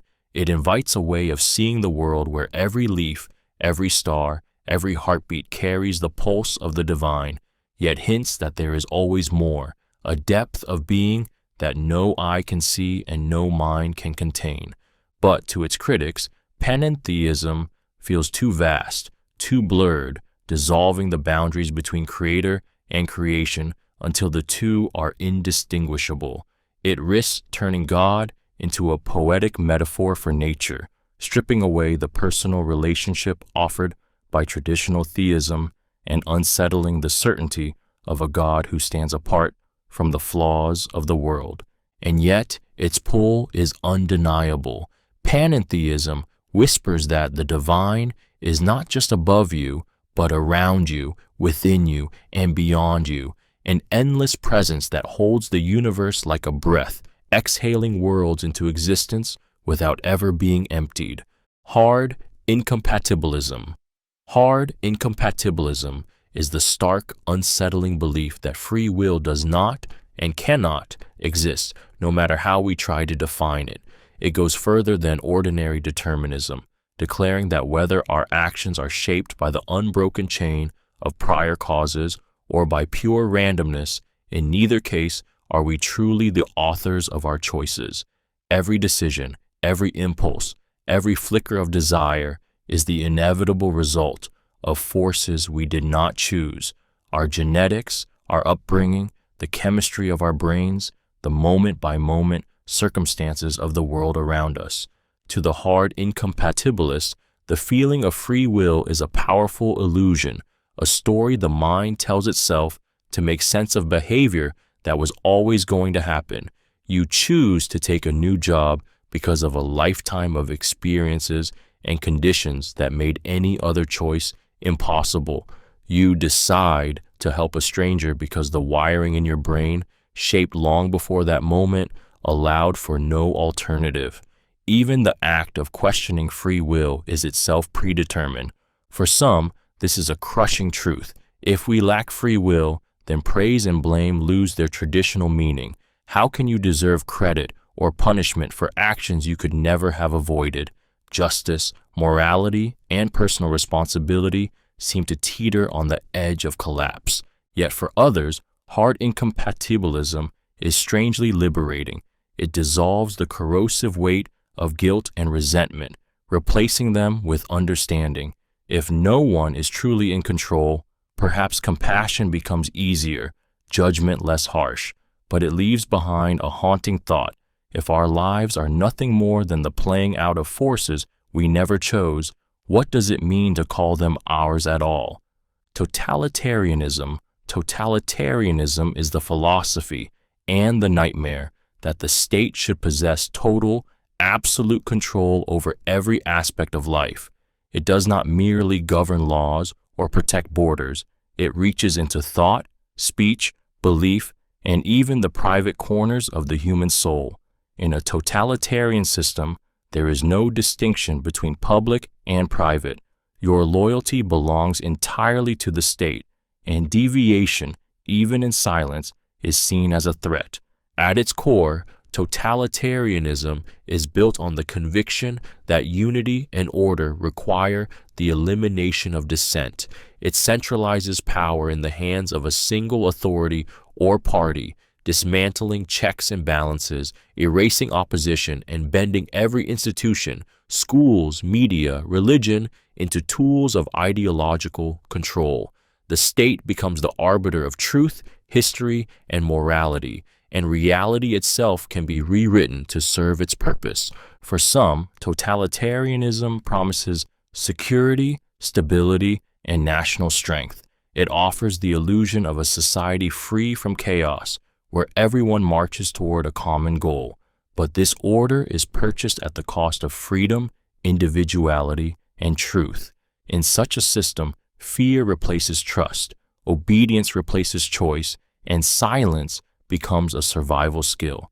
Critics see totalitarianism not as strength, but as the ultimate corruption of power, a system where the human spirit is systematically broken, where love, trust, and friendship are poisoned by suspicion, and where even your thoughts can betray you. In a totalitarian state, your life is not your own, your voice belongs to someone else, and the air you breathe feels monitored, as if freedom itself has been erased from the world's memory. Utopianism is the intoxicating belief in a perfect society, a vision of a world without poverty, injustice, or suffering, where human life flourishes in harmony and abundance. It is the dream of erasing every flaw in the human condition, of building a civilization so just and balanced that conflict, greed, and cruelty become relics of the past. To the utopian thinker, imperfection is not inevitable. It is a problem to be solved, a challenge to be overcome through reason, compassion, and willpower. This philosophy burns with hope. It sees the chaos and cruelty of the present as temporary obstacles, not permanent scars. It imagines cities without slums, politics without corruption, communities without violence. It believes humanity's capacity for cooperation, innovation, and moral growth can be harnessed to create a system that benefits everyone, not just the powerful few. For its believers, utopianism is the highest moral ambition, a refusal to accept that good enough is good enough. It inspires revolutions, social movements, and sweeping reforms. It demands that we imagine boldly, to see not just the world as it is, but the world as it could be. Yet its beauty carries danger. In pursuit of perfection, utopianism can become ruthless, crushing dissent in the name of the greater good. When reality fails to match the dream, leaders may force it into shape, no matter the cost. Critics warn that perfect worlds exist only in imagination, and that trying to create them often breeds the very oppression they were meant to erase. Still, utopianism lingers like a siren song, reminding us that even knowing the risks, part of us still aches for paradise. Laissez-Faire Capitalism. Laissez-faire capitalism is the uncompromising belief that the economy thrives best when left untouched by government interference, that free markets, unchecked and unregulated, are the purest engine of progress, innovation, and prosperity. It envisions a world where supply and demand alone decide winners and losers, where competition weeds out the weak and rewards the strong, and where the invisible hand of the market guides society better than any law or policy could. To its champions, laissez-faire is the ultimate expression of freedom. It liberates individuals to create, trade, and build without the heavy hand of bureaucracy choking ambition. It rewards merit, punishes inefficiency, and trusts that in the chaos of competition, order will emerge naturally. In this vision, wealth is not something to be redistributed, but something to be earned, and those who rise do so because they have offered the world something it values. But to its critics, laissez-faire capitalism is a machine without a conscience. Left entirely alone, markets can breed monopolies, exploitation, and crushing inequality. It can turn human beings into expendable resources, valuing profit over dignity, and reduce entire communities to collateral damage in the relentless pursuit of growth. Without rules, the game can be rigged by those powerful enough to bend it to their will. And yet, the philosophy endures because it speaks to a primal belief in self-determination, that individuals, not governments, should shape their own destinies. It promises freedom, but demands the strength to survive in a system where mercy is optional and the market's judgment is final. Ethical hedonism. Ethical hedonism is the belief that the highest moral purpose in life is the pursuit of pleasure and the avoidance of pain, not as selfish indulgence, but as the very foundation of what makes life worth living. It claims that joy, satisfaction, and sensual delight are not distractions from morality, but its ultimate goal. In this view, a good life is one where happiness is maximized, suffering minimized, and every choice is judged by the simple question, does it make life more pleasurable? To the ethical hedonist, pleasure is not shallow, it is the measure of human flourishing. It includes not only the rush of physical sensation, but the deeper joys of love, friendship, art, learning, and accomplishment. A life of constant sacrifice, denial, or repression is seen as a betrayal of what it means to be alive. If morality does not serve happiness, they ask, then what is it for? Yet ethical hedonism is often met with suspicion. Critics see it as a dangerous path toward decadence, a slippery slope where the pursuit of pleasure erodes discipline, duty, and the ability to endure hardship. They warn that pleasure alone cannot sustain meaning, and that the fixation on enjoyment may leave people hollow when the moments of delight inevitably fade. Still, for the believer, this philosophy is a rebellion against the idea that virtue must be joyless. It is a refusal to accept suffering as noble in itself. Life is short, fleeting, and fragile, so why not fill it with as much beauty, laughter, and sweetness as it can hold before the darkness comes? Pragmatism. Pragmatism is the philosophy that truth is not a fixed, eternal thing, but a tool, measured by its usefulness, judged by its results, and discarded when it no longer works. It rejects the romantic pursuit of absolute certainty, focusing instead on what ideas and actions help us navigate the shifting realities of life. In the pragmatic view, a belief is true, not because it aligns with some higher ideal, but because it delivers tangible outcomes. At its heart, pragmatism is about survival and adaptation. It treats life like an ever-changing puzzle where the pieces don't have to fit perfectly, they just have to hold together long enough to solve the problem at hand. It values flexibility over purity, action over theory, and solutions over dogma. If an idea works, use it. If it stops working, abandon it, no matter how sacred it once seemed. For some, pragmatism is liberating. It frees us from rigid ideologies, from clinging to beliefs that fail us, and from the paralyzing need to find the one right way.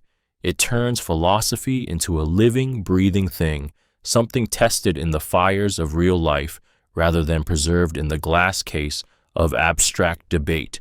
But, to its critics, pragmatism is dangerous because it has no anchor. Without commitment to deeper principles, it risks becoming opportunism in disguise, bending morals and truth to whatever is expedient in the moment. In its most extreme form, pragmatism can make ideals feel disposable and integrity negotiable, leaving behind a world where the only measure of right and wrong is whether it gets the job done. Hedonistic egoism. Hedonistic egoism is the unapologetic belief that the highest purpose in life is to maximize one's own pleasure and minimize one's own pain, and that every decision should be guided by this pursuit. It fuses two powerful forces, egoism's focus on self-interest and hedonism's devotion to pleasure. To the hedonistic egoist, morality, duty, and even relationships are valuable only insofar as they bring personal satisfaction. If something brings joy, it is worth doing. If it causes suffering, it should be avoided, regardless of what society calls right or wrong. This philosophy strips away the romanticized idea of self-sacrifice, replacing it with a cold, gleaming truth.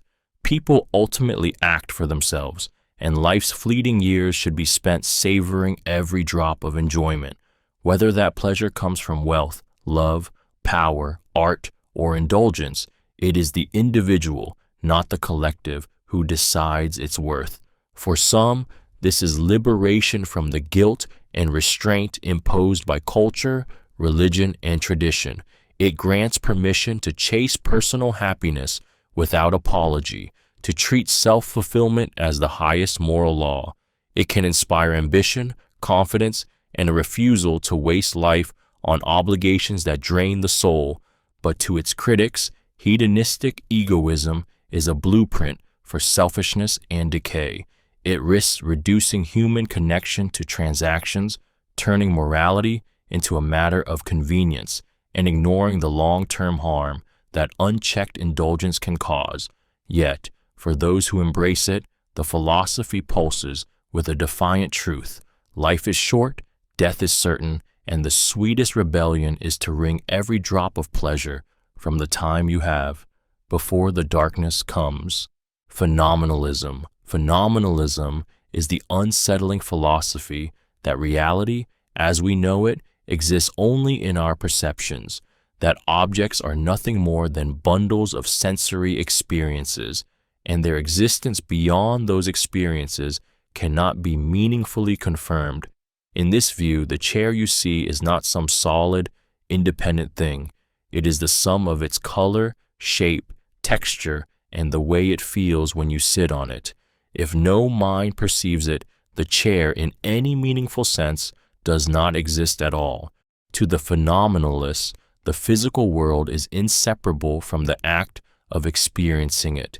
The universe is not an objective stage on which we move, but a tapestry woven entirely from sensations and the mental frameworks we use to organize them. Your entire reality is constructed in the theater of your mind, and everything you think of as out there is actually in here, filtered and shaped by perception. For some, this is a thrilling liberation. It frees us from the assumption that reality is fixed and invites the possibility that our experience of the world is far more fluid and personal than we ever imagined.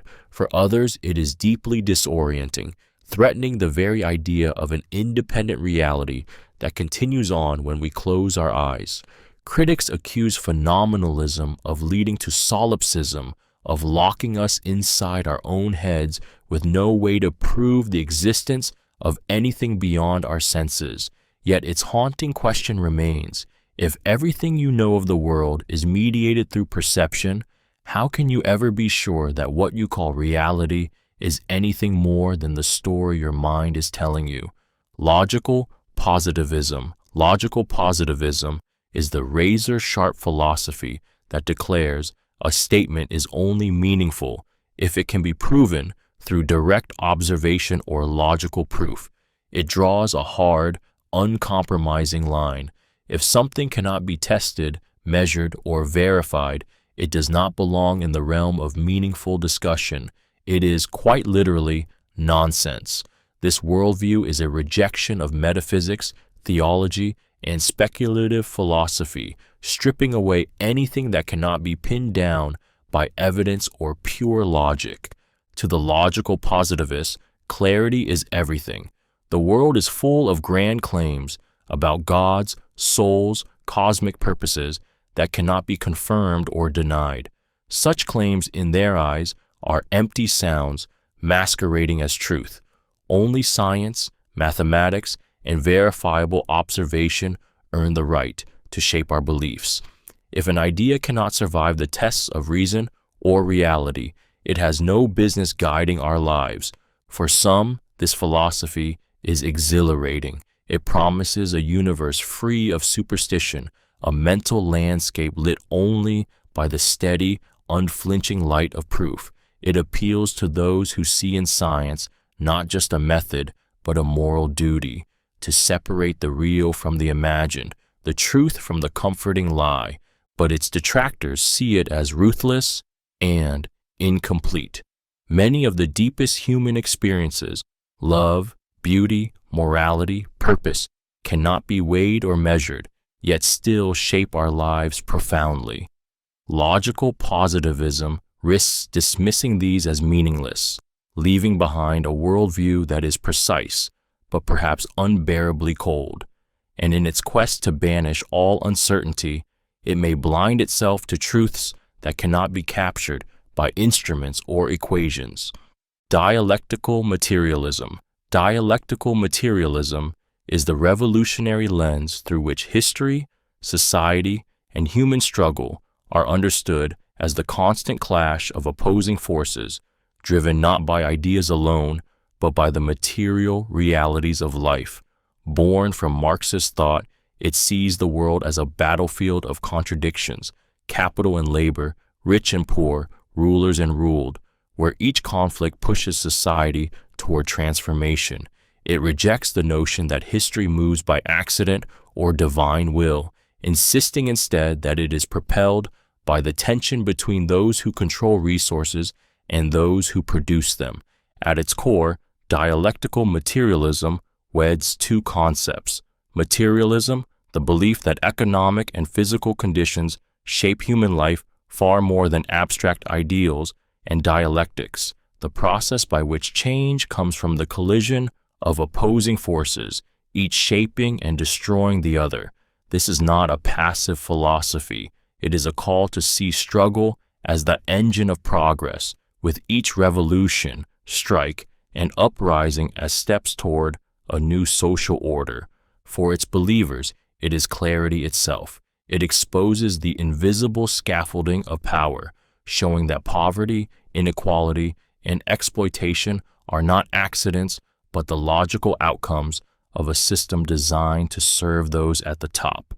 It promises that these conditions are not permanent, that every oppressive structure contains the seeds of its own destruction. But, for its critics, dialectical materialism is a dangerous seduction. It can justify upheaval, unrest, even violence, by declaring them necessary for progress. It demands not patience, but confrontation, not reform, but transformation, leaving society to wonder what will be built after the old world is finally torn apart. Psychoanalytic theory.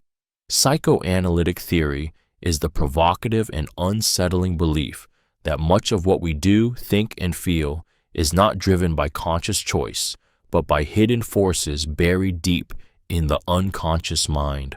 Born from the work of Sigmund Freud, it claims that our personalities, desires, and fears are shaped by repressed memories, unresolved childhood conflicts, and instincts we barely recognize as our own. It paints the mind as an iceberg. What we can see and control is only the tip, while the vast, shadowy bulk beneath the surface silently shapes our lives. In this view, the self is not a unified whole, but a battleground between competing forces: the primal pleasure-seeking id, the moral, rule-bound superego, and the struggling mediator in between, the ego. Dreams become coded messages from the unconscious. Slips of the tongue reveal forbidden thoughts, and even the most rational decisions can be traced back to hidden impulses we deny or disguise. For its supporters, psychoanalytic theory is a revelation. It explains why we sabotage ourselves, why patterns repeat in our lives, and why we sometimes feel emotions that make no logical sense. It offers the hope that by unearthing and confronting these buried truths, we can free ourselves from the invisible chains of our past. But for its critics, it is a dangerous, speculative excavation of the mind, prone to turning every thought into a symptom and every story into a trauma. It blurs the line between insight and invention, truth and interpretation. Yet once you accept the possibility that unseen forces guide you, you can never quite shake the haunting question: how much of you is really in your control? Neo-Luddism. Neo-Luddism is the fierce, almost rebellious philosophy that rejects the blind march of technological progress, warning that our machines may be outpacing our humanity.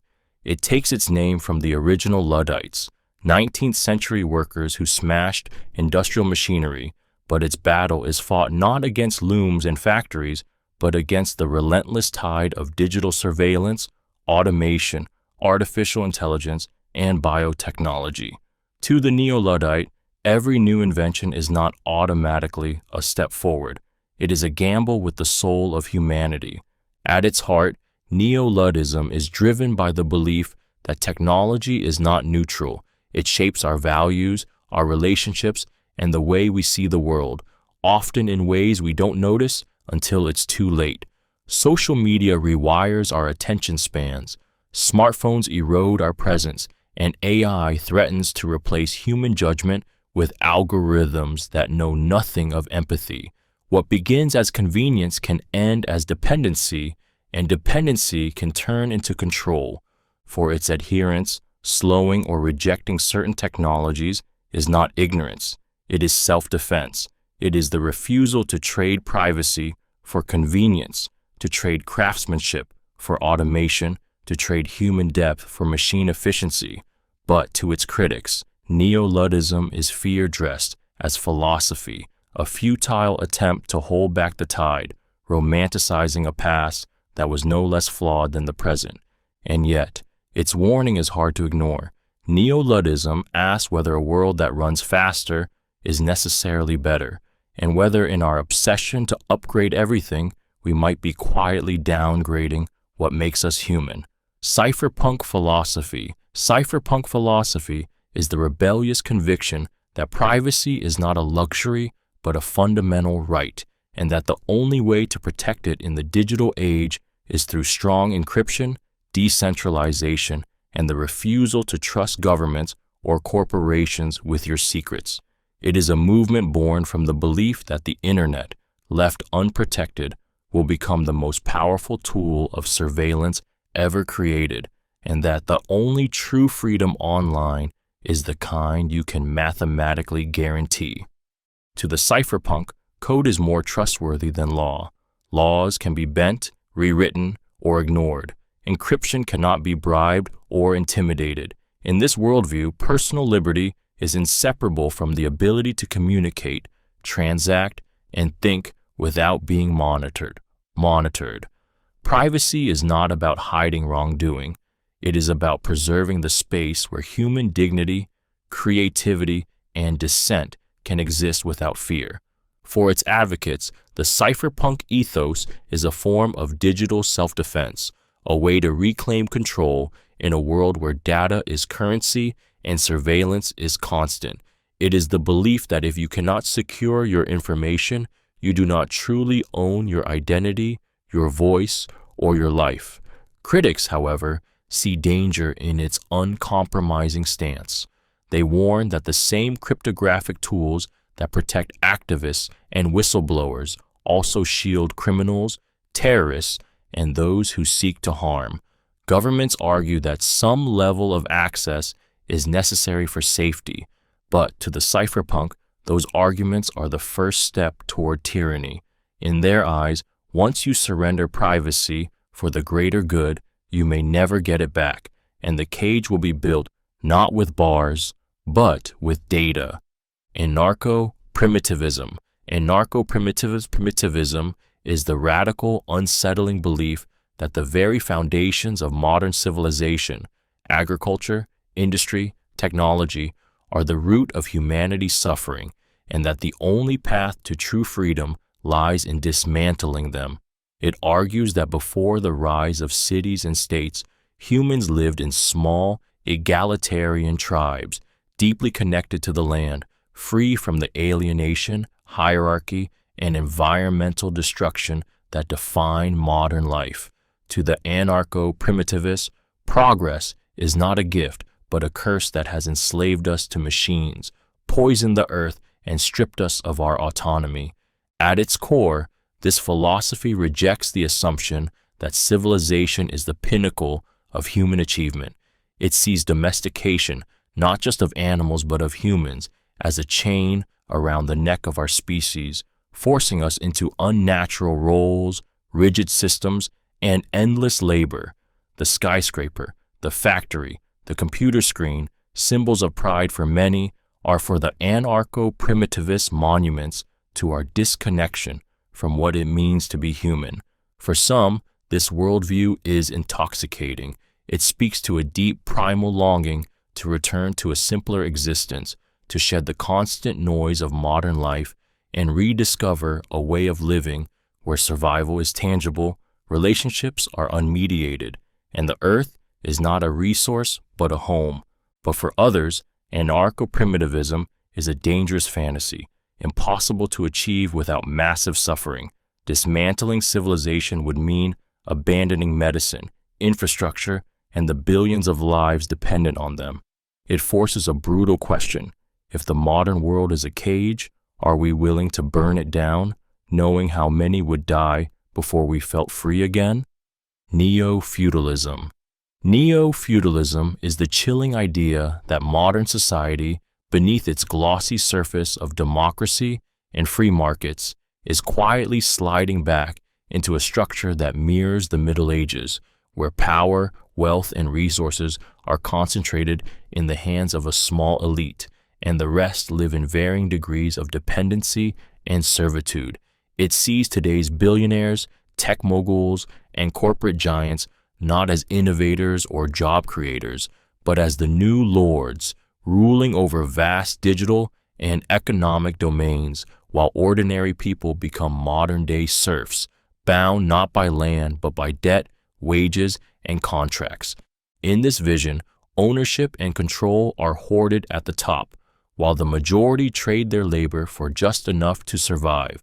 Housing, healthcare, education, essentials of life become privileges granted or withheld by those who own the systems. Political influence belongs to the wealthy, whose decisions shape laws in their favor, creating a cycle that entrenches their dominance. Freedom, under neo-feudalism, becomes an illusion. You may move freely, but the boundaries of your life are dictated by forces you cannot challenge. To some, this is not just a prediction. It is already here, hidden in plain sight. The sprawling estates have become corporate empires. The castle walls are now legal contracts, and digital terms of service. The peasants log in every morning instead of toiling in fields. Critics of neo-feudalism see it as the death of the middle class, the quiet erosion of social mobility, and the return of a world where loyalty and obedience are survival tools. It forces a disturbing question. Are we living in an age of progress or simply wearing modern clothes while walking backward into history? Pan-secessionism. Pan-secessionism is the radical philosophy that envisions a world where political unity is not the goal, but the enemy, where every region, culture, or community has the right to break away and govern itself without interference. It is the belief that large, centralized states inevitably breed corruption, oppression, and the erasure of local identity, and that true freedom can only come when power fractures into countless self-determining pieces.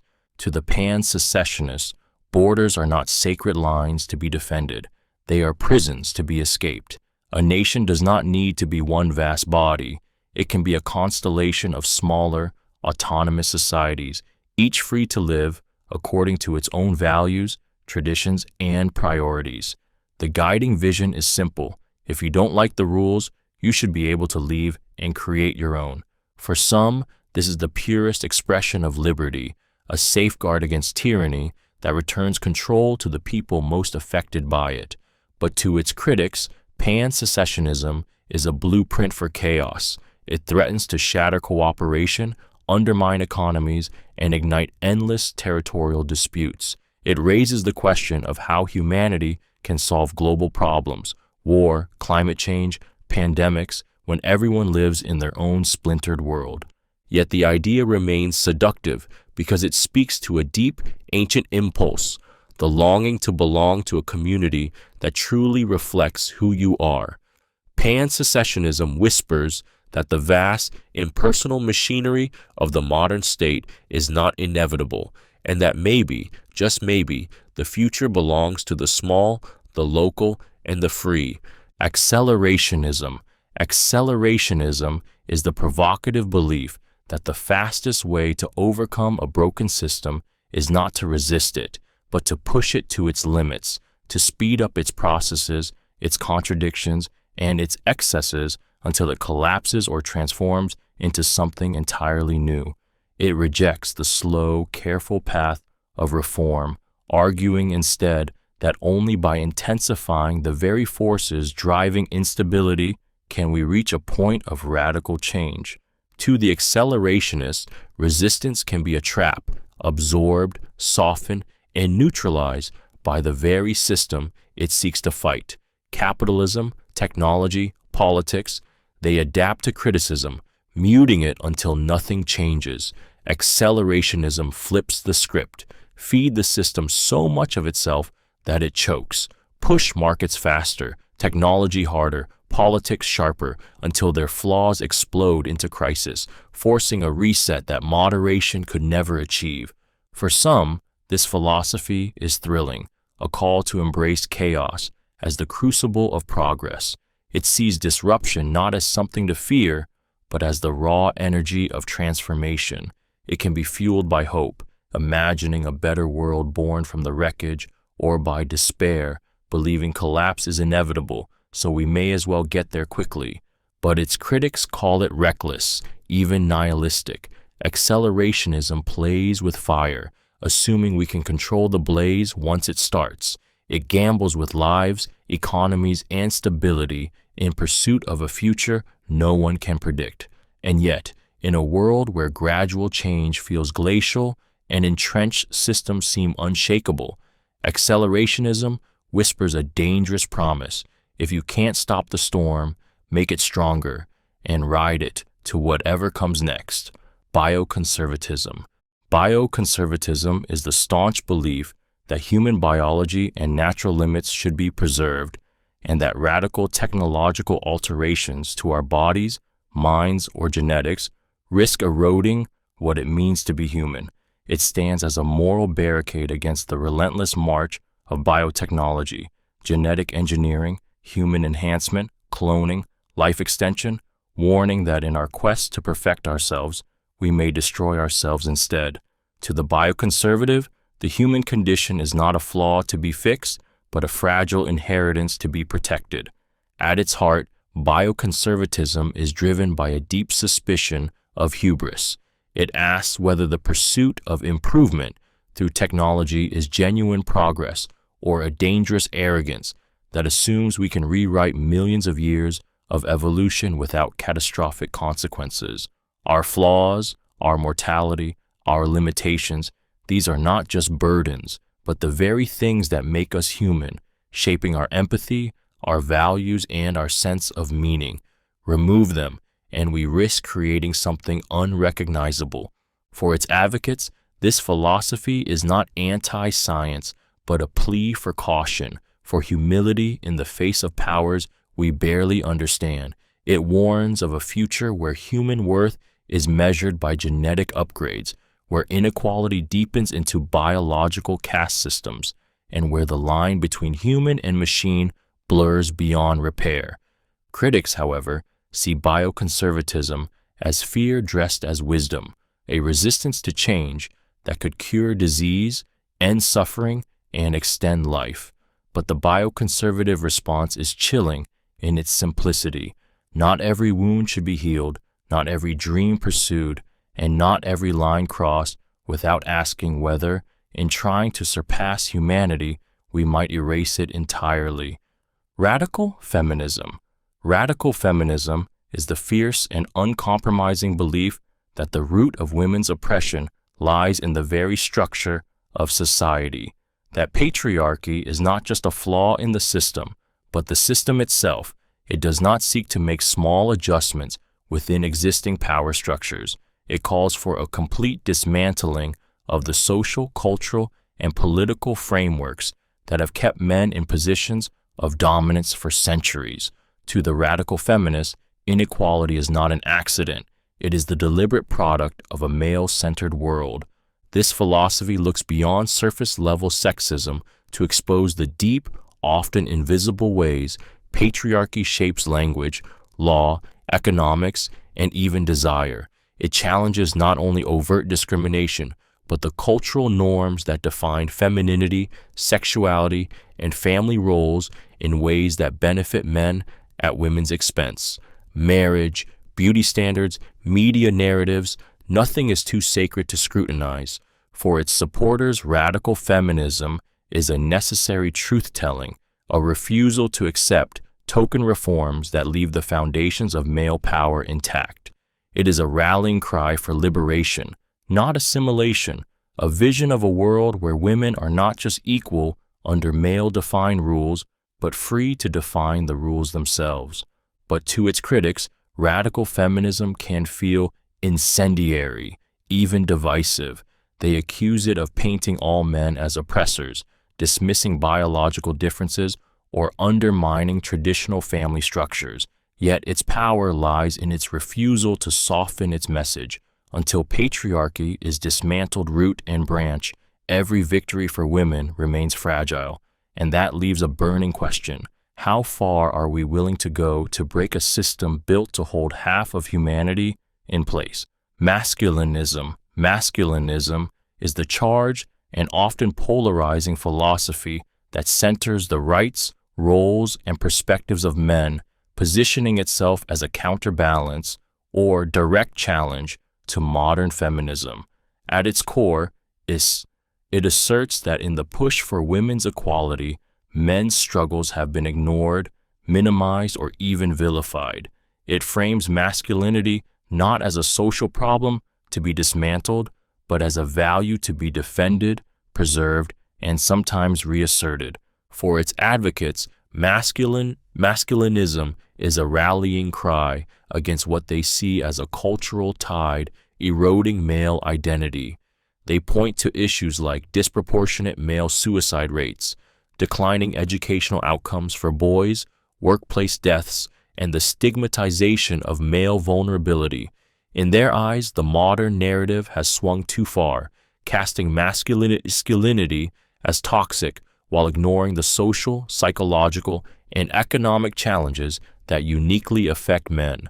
But to its critics, masculinism can serve as a mask for resistance against gender equality, a philosophy that clings to patriarchal privilege while framing it as victimhood. They argue that it risks reinforcing outdated gender roles, opposing social progress under the guise of balance. Still, the pull of masculinism lies in its defiance. It appeals to those who feel displaced in a world where traditional male roles, protector, provider, leader, are increasingly questioned. It is both a defense of identity and a protest against cultural shifts that some see as erasing it.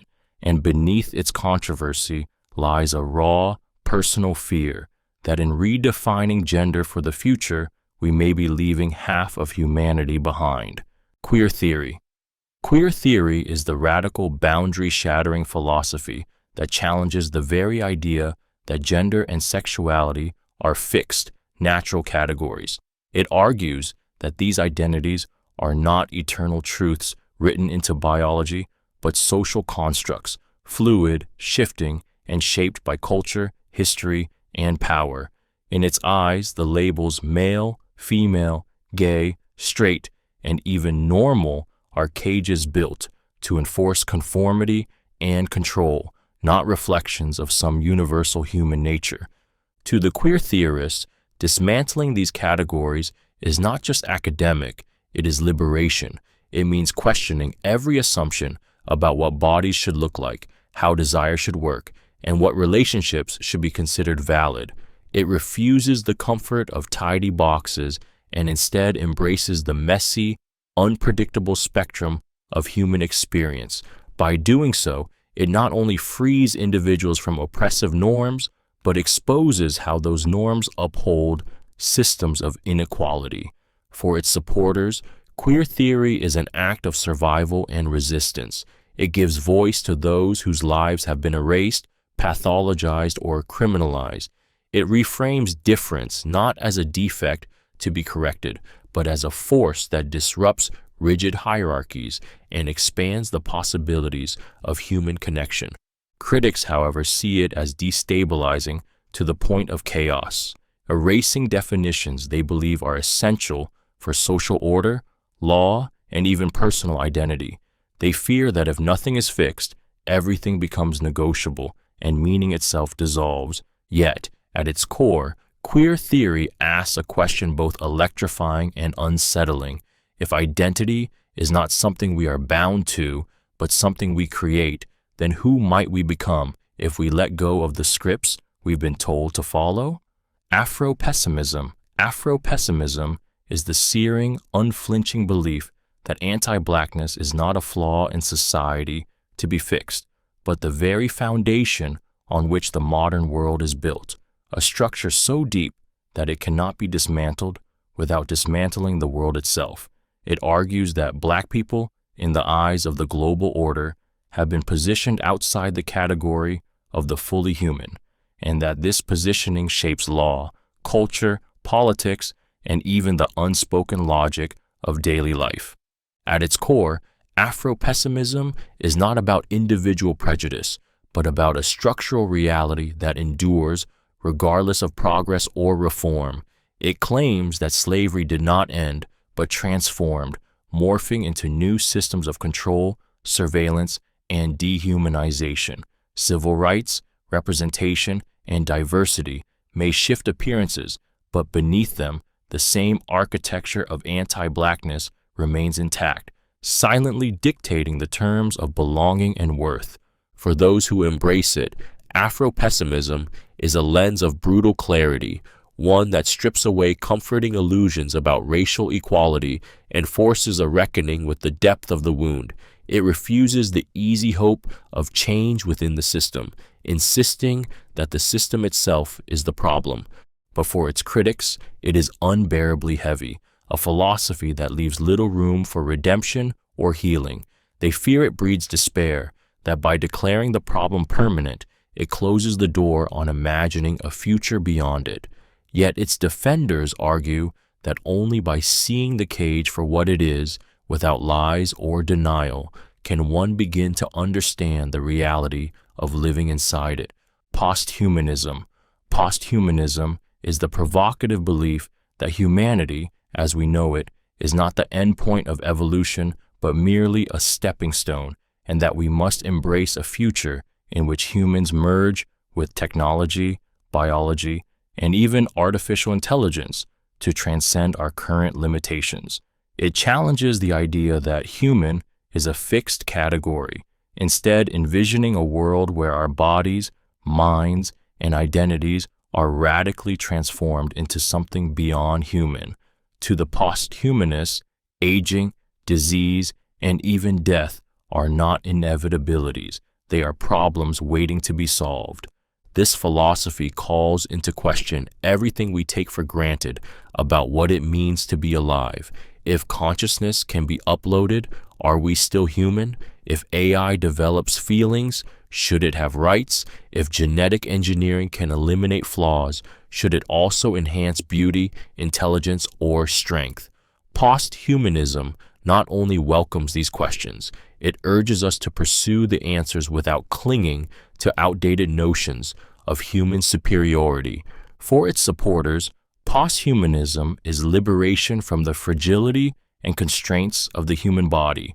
It offers the promise of a life without disease, a mind without memory limits, and a self free to redefine its shape, form, and capabilities. It dares to dream of a species that designs its own destiny instead of being bound by nature's slow and indifferent hand. But to its critics, it is a dangerous gamble. They warn that in trying to surpass ourselves, we risk erasing what makes us human, our flaws, our mortality, our shared vulnerability. Posthumanism forces us to face a haunting question. When the human race evolves into something new, will we still recognize ourselves in the mirror? Nihilistic Existentialism. Nihilistic existentialism is the bleak yet strangely liberating philosophy that fuses two of the most unsettling ideas in human thought, that life has no inherent meaning, nihilism, and that we are entirely responsible for creating whatever meaning we choose, existentialism. It begins with the void, the recognition that the universe is indifferent, that there is no grand design, no divine script, no cosmic justice. And then, standing in that emptiness, it turns to you and says, now it's your move. For the nihilistic existentialist, the absence of meaning is not just a philosophical concept. It is a daily confrontation. Every dream, every relationship, every moral code is seen for what it is, a fragile construction built not on truth handed down from the heavens, but on the shifting sands of personal choice. There is no safety net, no higher authority to validate your path. You are alone with the burden and the freedom of deciding what your life will stand for. This can be crushing. The weight of absolute freedom is heavy, and the temptation to surrender to despair is constant. Without an external purpose to cling to, the days can feel hollow, the years like an endless march toward nothing. Yet for some, this is exactly where life begins.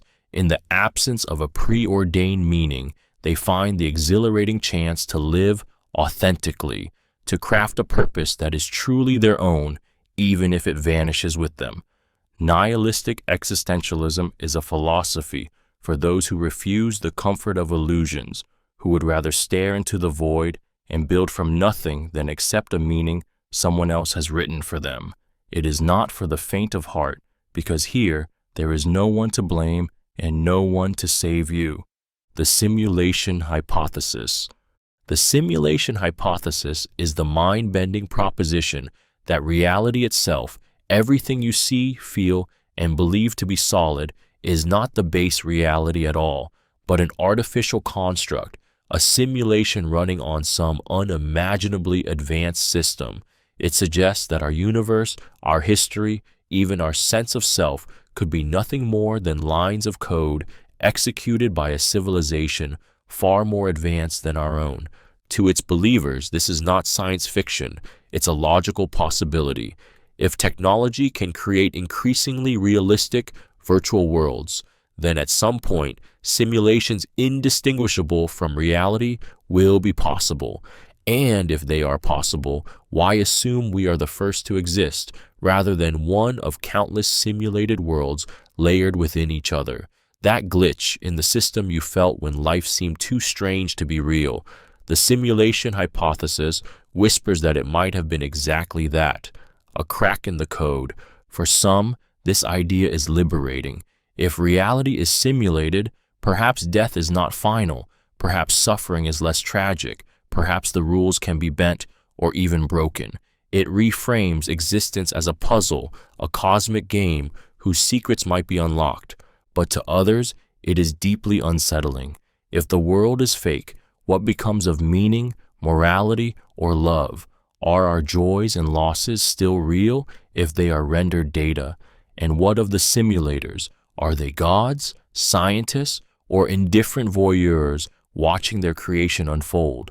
The simulation hypothesis leaves us staring at the possibility that our entire lives may be no more than the flicker of light on a screen, real only for as long as someone, somewhere, keeps the program running. Deep ecology. Deep ecology is the radical belief that all life, human and non-human, has inherent value, and that the Earth's ecosystems must be respected and preserved not just for our benefit, but for their own sake. It rejects the human-centered worldview that sees nature as a resource to be exploited, insisting instead that we are not masters of the planet, but threads in a vast, interdependent web of life. To the deep ecologist, harming the environment is not just short-sighted, it is a moral violation against the living world itself. At its core, deep ecology demands a complete rethinking of our place in the universe. It calls for shrinking humanity's footprint, dismantling systems of consumption and exploitation, and living within the limits of the planet's natural cycles. It asks not how nature can serve us, but how we can live in harmony with it, even if that means relinquishing comforts, technologies, and industries that have defined modern life. For its supporters, deep ecology is a moral awakening, a call to humility and reverence in a time of ecological crisis. It offers a vision of balance, where forests, rivers, and animal species are protected not because they are useful, but because they are alive, and that alone makes them worthy. But for its critics, deep ecology edges dangerously close to misanthropy, valuing the biosphere above human needs. It can lead to unsettling conclusions that the survival of the planet may require a reduction in human population, the abandonment of certain technologies, or the end of economic growth. It forces a haunting question. If the Earth's well-being truly comes first, how much of humanity are we willing to sacrifice for it? Ecofascism. Ecofascism is the dark and unsettling fusion of environmentalism with authoritarian, nationalist, or even racist ideology, a belief that the protection of the environment should come not through cooperation and shared responsibility, but through rigid control, exclusion, and the sacrifice of certain groups for the greater ecological good. It sees the earth as sacred, but treats human lives as expendable, deciding who is worthy to live in harmony with nature and who is not. At its core, ecofascism often emerges from the belief that overpopulation, immigration, or specific cultures are the root cause of environmental collapse. Instead of tackling pollution, overconsumption, or corporate exploitation, it turns environmental protection into a weapon of oppression, using the language of sustainability to justify strict borders, forced population control, or even ethnic cleansing. Under ecofascism, the forest may be preserved, but only for those deemed deserving to live there. For its supporters, it is a hard but necessary realism. If the planet cannot sustain everyone, then survival must be prioritized for the strongest, the most responsible, or the most pure. It offers the illusion of decisive action in the face of ecological crisis, a promise that ruthless measures will save what gentler methods cannot. But to its critics, ecofascism is a dangerous corruption of environmental values, a philosophy that loves the planet but hates humanity. It reveals how easily noble causes can be twisted into tools for exclusion and control, and it forces a disturbing question. If we must choose between saving the earth and saving each other, how many will quietly choose the trees over the people? Biocentrism. Biocentrism is the radical philosophy that places life, not humanity, at the center of existence. It rejects the human-centered arrogance of anthropocentrism, insisting that all living beings, from the smallest microbe to the tallest tree, possess inherent value. In the biocentric view, the worth of a creature is not measured by its usefulness to humans, its intelligence, or its beauty. It exists, and that alone makes it deserving of respect, protection, and consideration. To its supporters, biocentrism is a necessary moral revolution in an age of environmental collapse. It asks us to see the world not as a resource to be mined, but as a vast web of interdependent lives, each thread vital to the whole. It challenges the assumption that we are the pinnacle of creation and demands that we step down from the throne we have built for ourselves. In this worldview, the extinction of a species is not just a statistic, it is a wound to the living planet itself. But to its critics, biocentrism can be naive, even dangerous. They argue that valuing all life equally could paralyze human progress, making it immoral to clear land for farming, to kill harmful pests, or to prioritize human survival over the survival of other species. It forces difficult questions. If a virus is alive, does it deserve moral consideration? If all life has equal value, how do we act when one life threatens another? Yet biocentrism endures because it speaks to a deep truth we often ignore, that we are not separate from the living world, but a single part of its fragile, intricate tapestry. And if the tapestry unravels, so do we. Speciesism. Speciesism is the controversial belief, often unspoken but deeply ingrained, that the interests of one species, usually humans, matter more than the interests of all others. It is the invisible hierarchy that places human life at the peak and relegates every other creature to a lower moral status, their worth measured only by their usefulness to us. It is why the slaughter of billions of animals for food, clothing, and experimentation is normalized, while the same harm to humans is seen as unthinkable. To those who challenge it, speciesism is no different from racism or sexism. It is a prejudice rooted not in logic, but in power. They argue that if suffering matters, it matters regardless of the species experiencing it. A pig's fear, a dog's loyalty, an elephant's grief, these emotions are as real as any human's, and yet they are dismissed as less significant simply because they are not ours. For some, dismantling speciesism is a moral awakening, a shattering of the comfortable illusion that kindness begins and ends with humanity. It forces us to confront the quiet violence woven into our daily lives, the meals we eat, the products we use, the industries we fund. But for its defenders, human superiority is self-evident. We are the most intelligent, the most capable, the apex of evolution, and thus entitled to prioritize our needs above all others.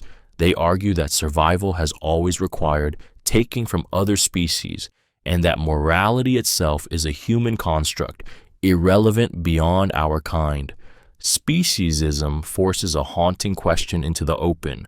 If suffering is real and measurable, then on what moral ground do we decide whose suffering matters and whose can be ignored?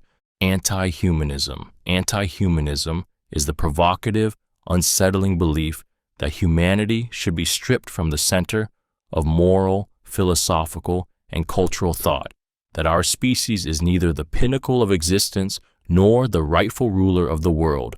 It challenges the very foundation of humanism, which celebrates human reason, dignity, and progress, by insisting that these values are illusions born of arrogance. To the anti-humanists, the idea that humans are special is not only false, It is dangerous. At its core, anti-humanism dismantles the comforting story we tell ourselves that our rational minds can solve any problem, that morality flows from human nature, that history is the tale of our upward climb. Instead, it reveals a darker narrative, one in which human actions have brought ecological devastation, oppression, and suffering on a scale unmatched by any other species. In this light, human exceptionalism becomes less a badge of honor and more an indictment. For its advocates, anti-humanism is a necessary act of humility. It shifts the focus away from human supremacy toward a broader, more honest understanding of the world, where non-human life, machines, and even abstract systems might hold as much significance as we do. But, to its critics, it is a philosophy that risks eroding the very values, compassion, rights, justice, that protect us from cruelty and chaos. Without belief in human worth, what stops society from treating people as disposable? Anti-humanism forces us to confront a deeply uncomfortable question. If humans are not at the center of the story, are we prepared to live and perhaps die as just another character in a universe that doesn't care? Anthropocentrism. Anthropocentrism is the deeply ingrained belief that humans are the center of the universe's story, the most important, most valuable, and most deserving beings in existence. It assumes that the world, its resources, and even other forms of life exist primarily for human benefit, framing nature not as an equal partner in existence, but as a stage set for our needs and ambitions. To the anthropocentric mind, forests are timber, rivers are water supplies, animals are food or tools, and the earth itself is a resource to be managed, controlled, and consumed. This philosophy is so woven into human culture that many barely notice it. Religions often place humanity as the pinnacle of creation. Science and technology are frequently celebrated for bending nature to human will. Economics measures value in terms of human demand. Anthropocentrism doesn't just shape how we use the planet, it shapes how we see ourselves as exceptional, special, and destined to dominate. For its supporters, this worldview is not arrogance, but realism. Humans, they argue, are the only species capable of reshaping the earth, building civilizations, and contemplating morality. If we do not place ourselves first, who will? But to its critics, anthropocentrism is the root of environmental destruction and ecological collapse. It blinds us to the intrinsic worth of non-human life and justifies exploitation on a planetary scale. It turns ecosystems into commodities, treating the living world as a backdrop for our story rather than as a shared home. And it leaves us with a haunting truth. If the earth revolves around us, then its destruction will inevitably be our own doing. Meta-ethical subjectivism. Meta-ethical subjectivism is the provocative belief that moral judgments are not reflections of objective truths, but expressions of individual feelings, preferences, or attitudes. It claims that when you say stealing is wrong, you are not stating a universal fact. You are simply declaring your personal disapproval, no different in essence than saying, I don't like the taste of olives. Under this philosophy, morality is not discovered. It is created moment by moment within each mind. For the subjectivists, this is an unmasking of morality's deepest secret, that behind every law, every moral code, every claim of right or wrong is just a human being speaking from their own perspective. No God's command, no cosmic principle, just subjective sentiment dressed in the language of absolute truth. To some, this realization is freeing. It shatters the weight of moral dogma, replacing the illusion of universal rules with the honesty of personal conviction. It allows individuals to live authentically, guided by their own moral compass instead of obeying a code imposed by others. But to its critics, meta-ethical subjectivism is moral quicksand. If morality is nothing more than opinion, then there is no firm ground on which to condemn cruelty, injustice, or evil, only competing preferences with no higher judge to decide between them. And yet, its challenge is impossible to ignore. Meta-ethical subjectivism forces us to confront the uncomfortable possibility that morality's power does not come from its truth, but from our collective agreement to believe in it. Strip away that agreement, and what remains may be nothing more and nothing less than the raw, unfiltered will of the individual. Hedonic treadmill theory. The hedonic treadmill theory is the unsettling idea that no matter what we achieve, acquire, or overcome, our happiness eventually slides back to its baseline. The dream job, the new relationship, the windfall of money, all of it floods us with joy at first, but over time, the thrill fades, and we find ourselves chasing the next high as if the last one never happened. It paints life as a constant run on an invisible conveyor belt where the scenery changes, but our emotional state stubbornly stays the same. To those who accept it, this theory explains the gnawing dissatisfaction that shadows even our biggest victories. We imagine happiness as a destination, but the hedonic treadmill insists it is only a fleeting spike before we return to our default emotional set point. The raise that once felt life-changing becomes the new normal. The relationship that once felt electric settles into routine. And so we keep running, believing the next goal, purchase, or milestone will finally deliver the lasting joy we crave. For some, this realization is crushing. It means the endless striving our culture glorifies may be a psychological trap, more motion, no real progress. But for others, it's liberating. If happiness naturally rebounds, then maybe we can stop chasing it so frantically and focus instead on how we move through life in each moment. Still, the hedonic treadmill carries a quiet menace. It suggests that no matter how far we run or how hard we push, we may never outrun ourselves, and the finish line we dream of might be nothing more than a mirage, forever receding into the distance. Post-truth philosophy. Post-truth philosophy is the disquieting belief that objective facts have lost their power to shape public opinion, and that emotions, personal beliefs, and narratives now carry more weight than evidence or reason. In this worldview, truth is not discovered. It is constructed, molded to fit the needs of politics, ideology, or personal identity. Reality becomes negotiable, and the line between fact and fiction blurs until it is no longer clear whether we are debating truth or simply competing versions of it. At its core, post-truth philosophy exposes a shift in how societies handle information. It is not just about lying, it is about making truth irrelevant. Data, science, and verifiable evidence can be drowned out by repeated slogans, emotional appeals, and carefully crafted misinformation. People don't ask, "Is this true?" but "Does this feel true to me?" And in that subtle change, the foundation of rational discourse begins to crumble. For some, this is liberation from the tyranny of so-called objective truth, which they argue has always been controlled by the powerful. It allows marginalized voices to challenge official narratives and reclaim the right to define their own reality. But for others, it is a dangerous unraveling of the social contract. If truth is whatever we decide it is, then there is no common ground, only warring realities.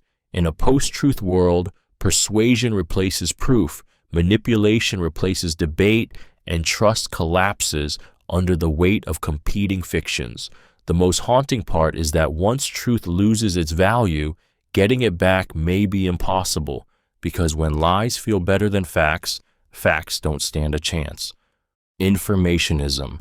Informationism is the belief that the highest value in society lies in the creation, control, and flow of information, that data, not land or industry, is the true currency of power in the modern world.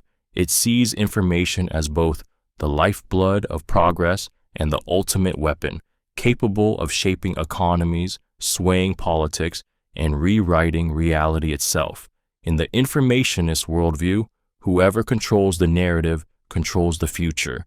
This philosophy thrives in the digital age, where ideas travel faster than armies and where the balance of power can shift with a single leak, a viral post, or an algorithm tweak. Informationism places faith in the accessibility and exchange of knowledge as the engine of human advancement.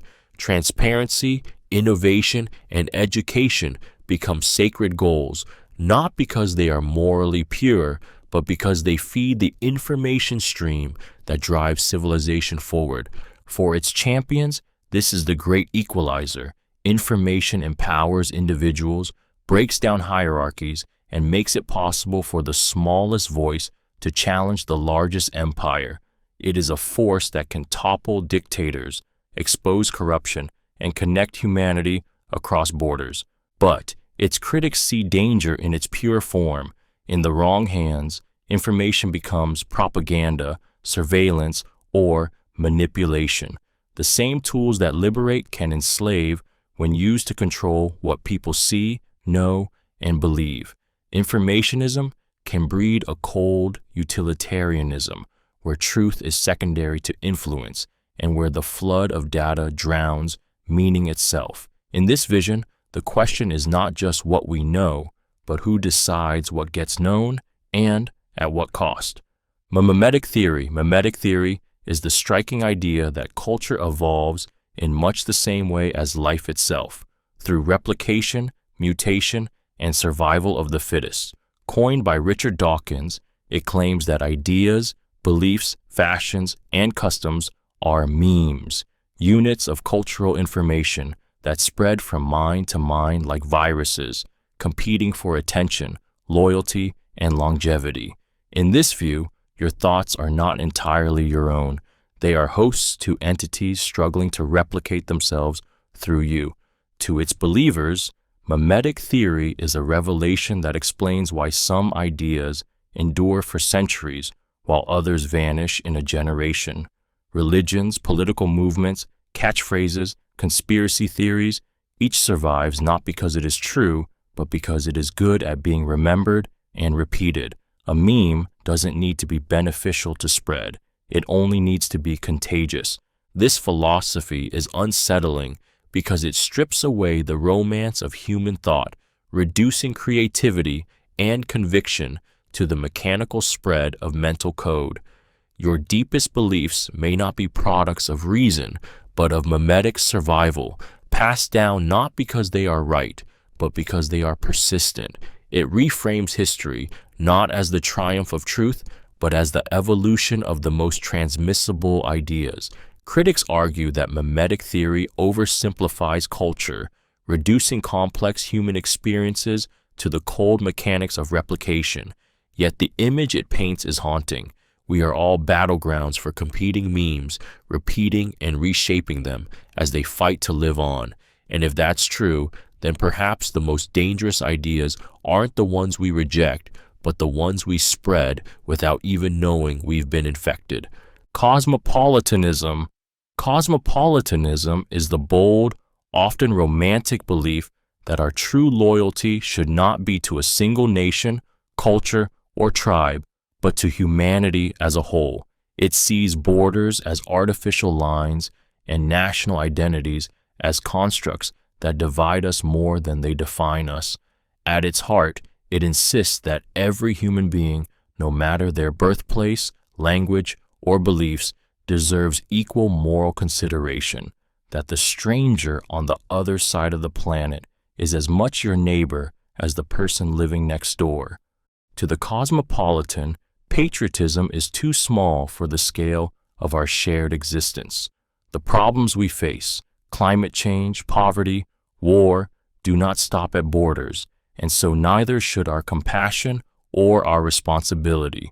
It is a worldview that dares to imagine a society where cultural differences are celebrated but never weaponized, and where justice is measured not by what benefits us, but by what benefits all.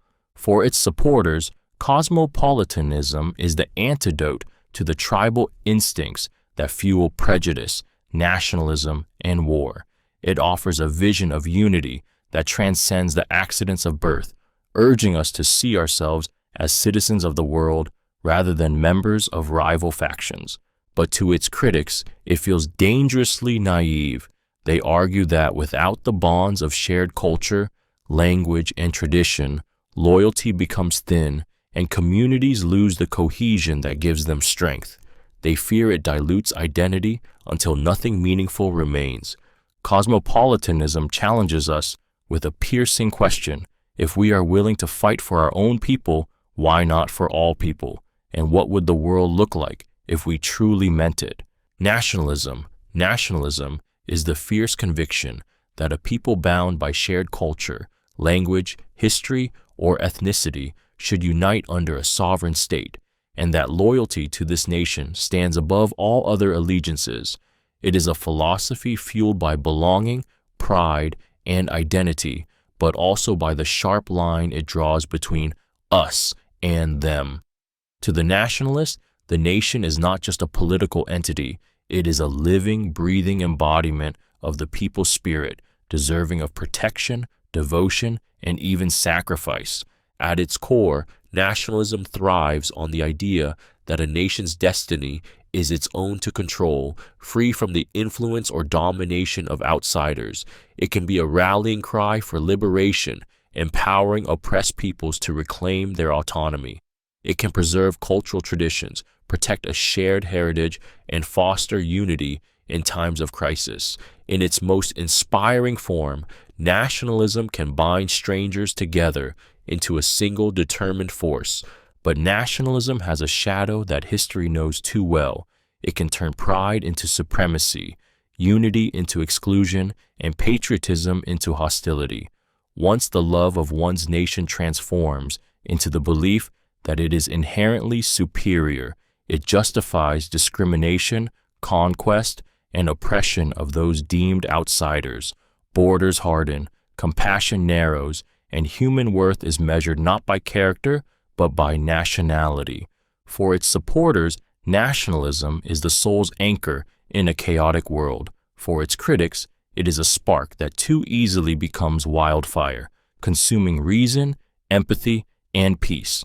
At its most extreme, it does not just protect a homeland, it demands enemies to define itself against. Separatism. Separatism is the fierce and often volatile belief that a group defined by ethnicity, religion, culture, politics, or identity has the right and sometimes the duty to break away from a larger political or social body to form its own independent existence. At its heart, separatism is about reclaiming autonomy, severing ties with systems perceived as oppressive, unrepresentative, or alien to the group's core values. It is a declaration that unity is no longer a strength but a shackle. To its supporters, separatism is an act of self-preservation. It is the refusal to let a culture be diluted, a people be assimilated, or a community be ruled by those who do not share its history or respect its needs. Whether it takes the form of peaceful political movements or armed struggles, separatism carries the burning conviction that true freedom can only be found in self-rule, even if it means defying the might of larger powers. But separatism is never just about borders. It is about identity, belonging, and the deep human need for control over one's destiny. For many, it is born from generations of grievances, from wounds that never healed, from promises broken too many times. To its critics, however, separatism is a dangerous fracture. It can tear nations apart, ignite violence, and replace one form of exclusion with another. In its most extreme forms, it risks turning inward, feeding isolationism and fostering hostility toward outsiders. It forces a haunting question: is breaking away the path to freedom, or the beginning of building new walls that will one day imprison you? Geoism. Geoism is the provocative economic philosophy that claims the earth itself, its land, resources, and natural wealth belongs equally to everyone, and that no individual has the moral right to monopolize it without compensating the rest of humanity. Rooted in the ideas of 19th century economist Henry George, it argues that while you can rightfully own the fruits of your labor, you cannot claim exclusive ownership of the very ground beneath your feet. The value of land, it insists, is not created by the individual, but by nature and the collective presence of society. To the geoist, this truth demands a radical shift. Instead of taxing income, productivity, or trade, society should tax the unearned value of land itself. If a city's growth makes your property skyrocket in value, you should pay the community for that gain, because it was the community, not you alone, that created it.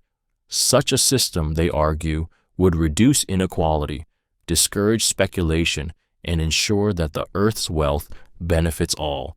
But, to its critics, geoism borders on utopian fantasy. It challenges centuries of property rights tradition and threatens the fortunes of those whose power is built on land ownership.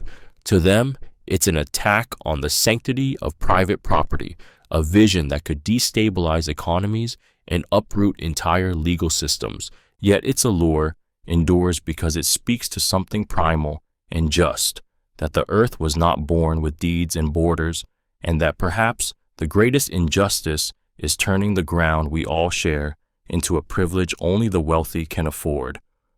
Open individualism.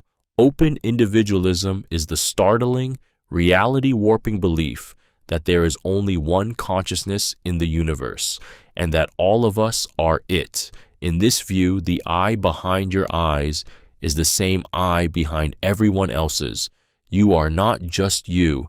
You are everyone who has ever lived, is living now, or will live in the future.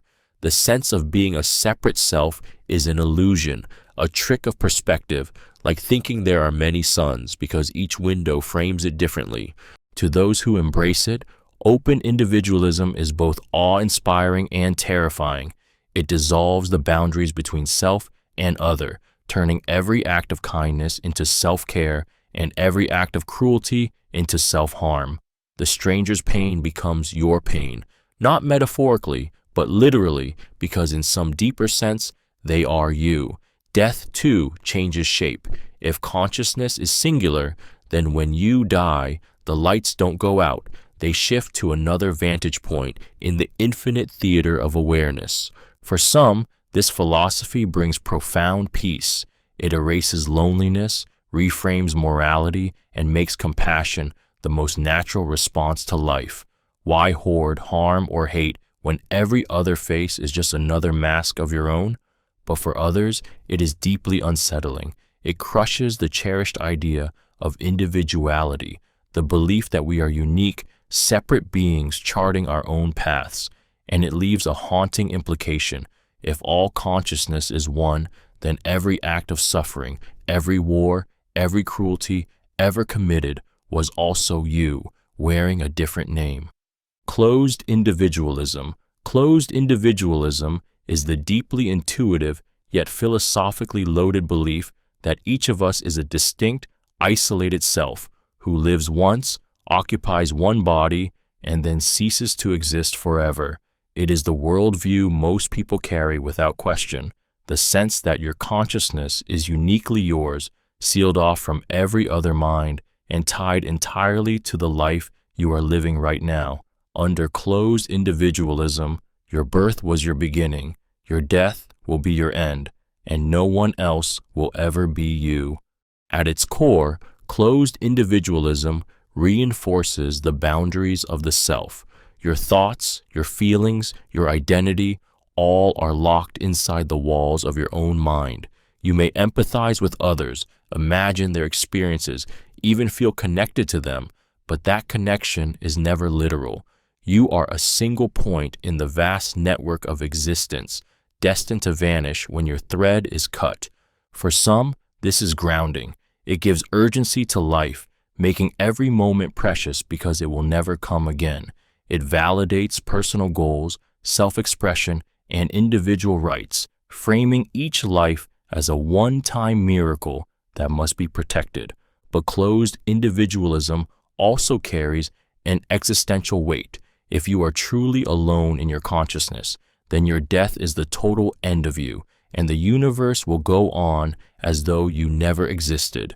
This can breed both a fierce determination to make life count and a haunting awareness of its fragility.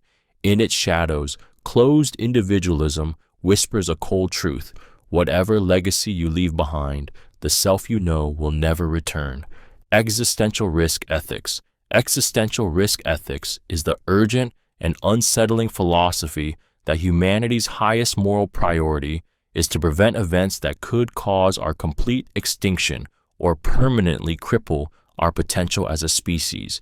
It shifts morality's focus away from the individual, away from short-term justice or comfort, and toward the survival of humanity itself across centuries, millennia, and beyond.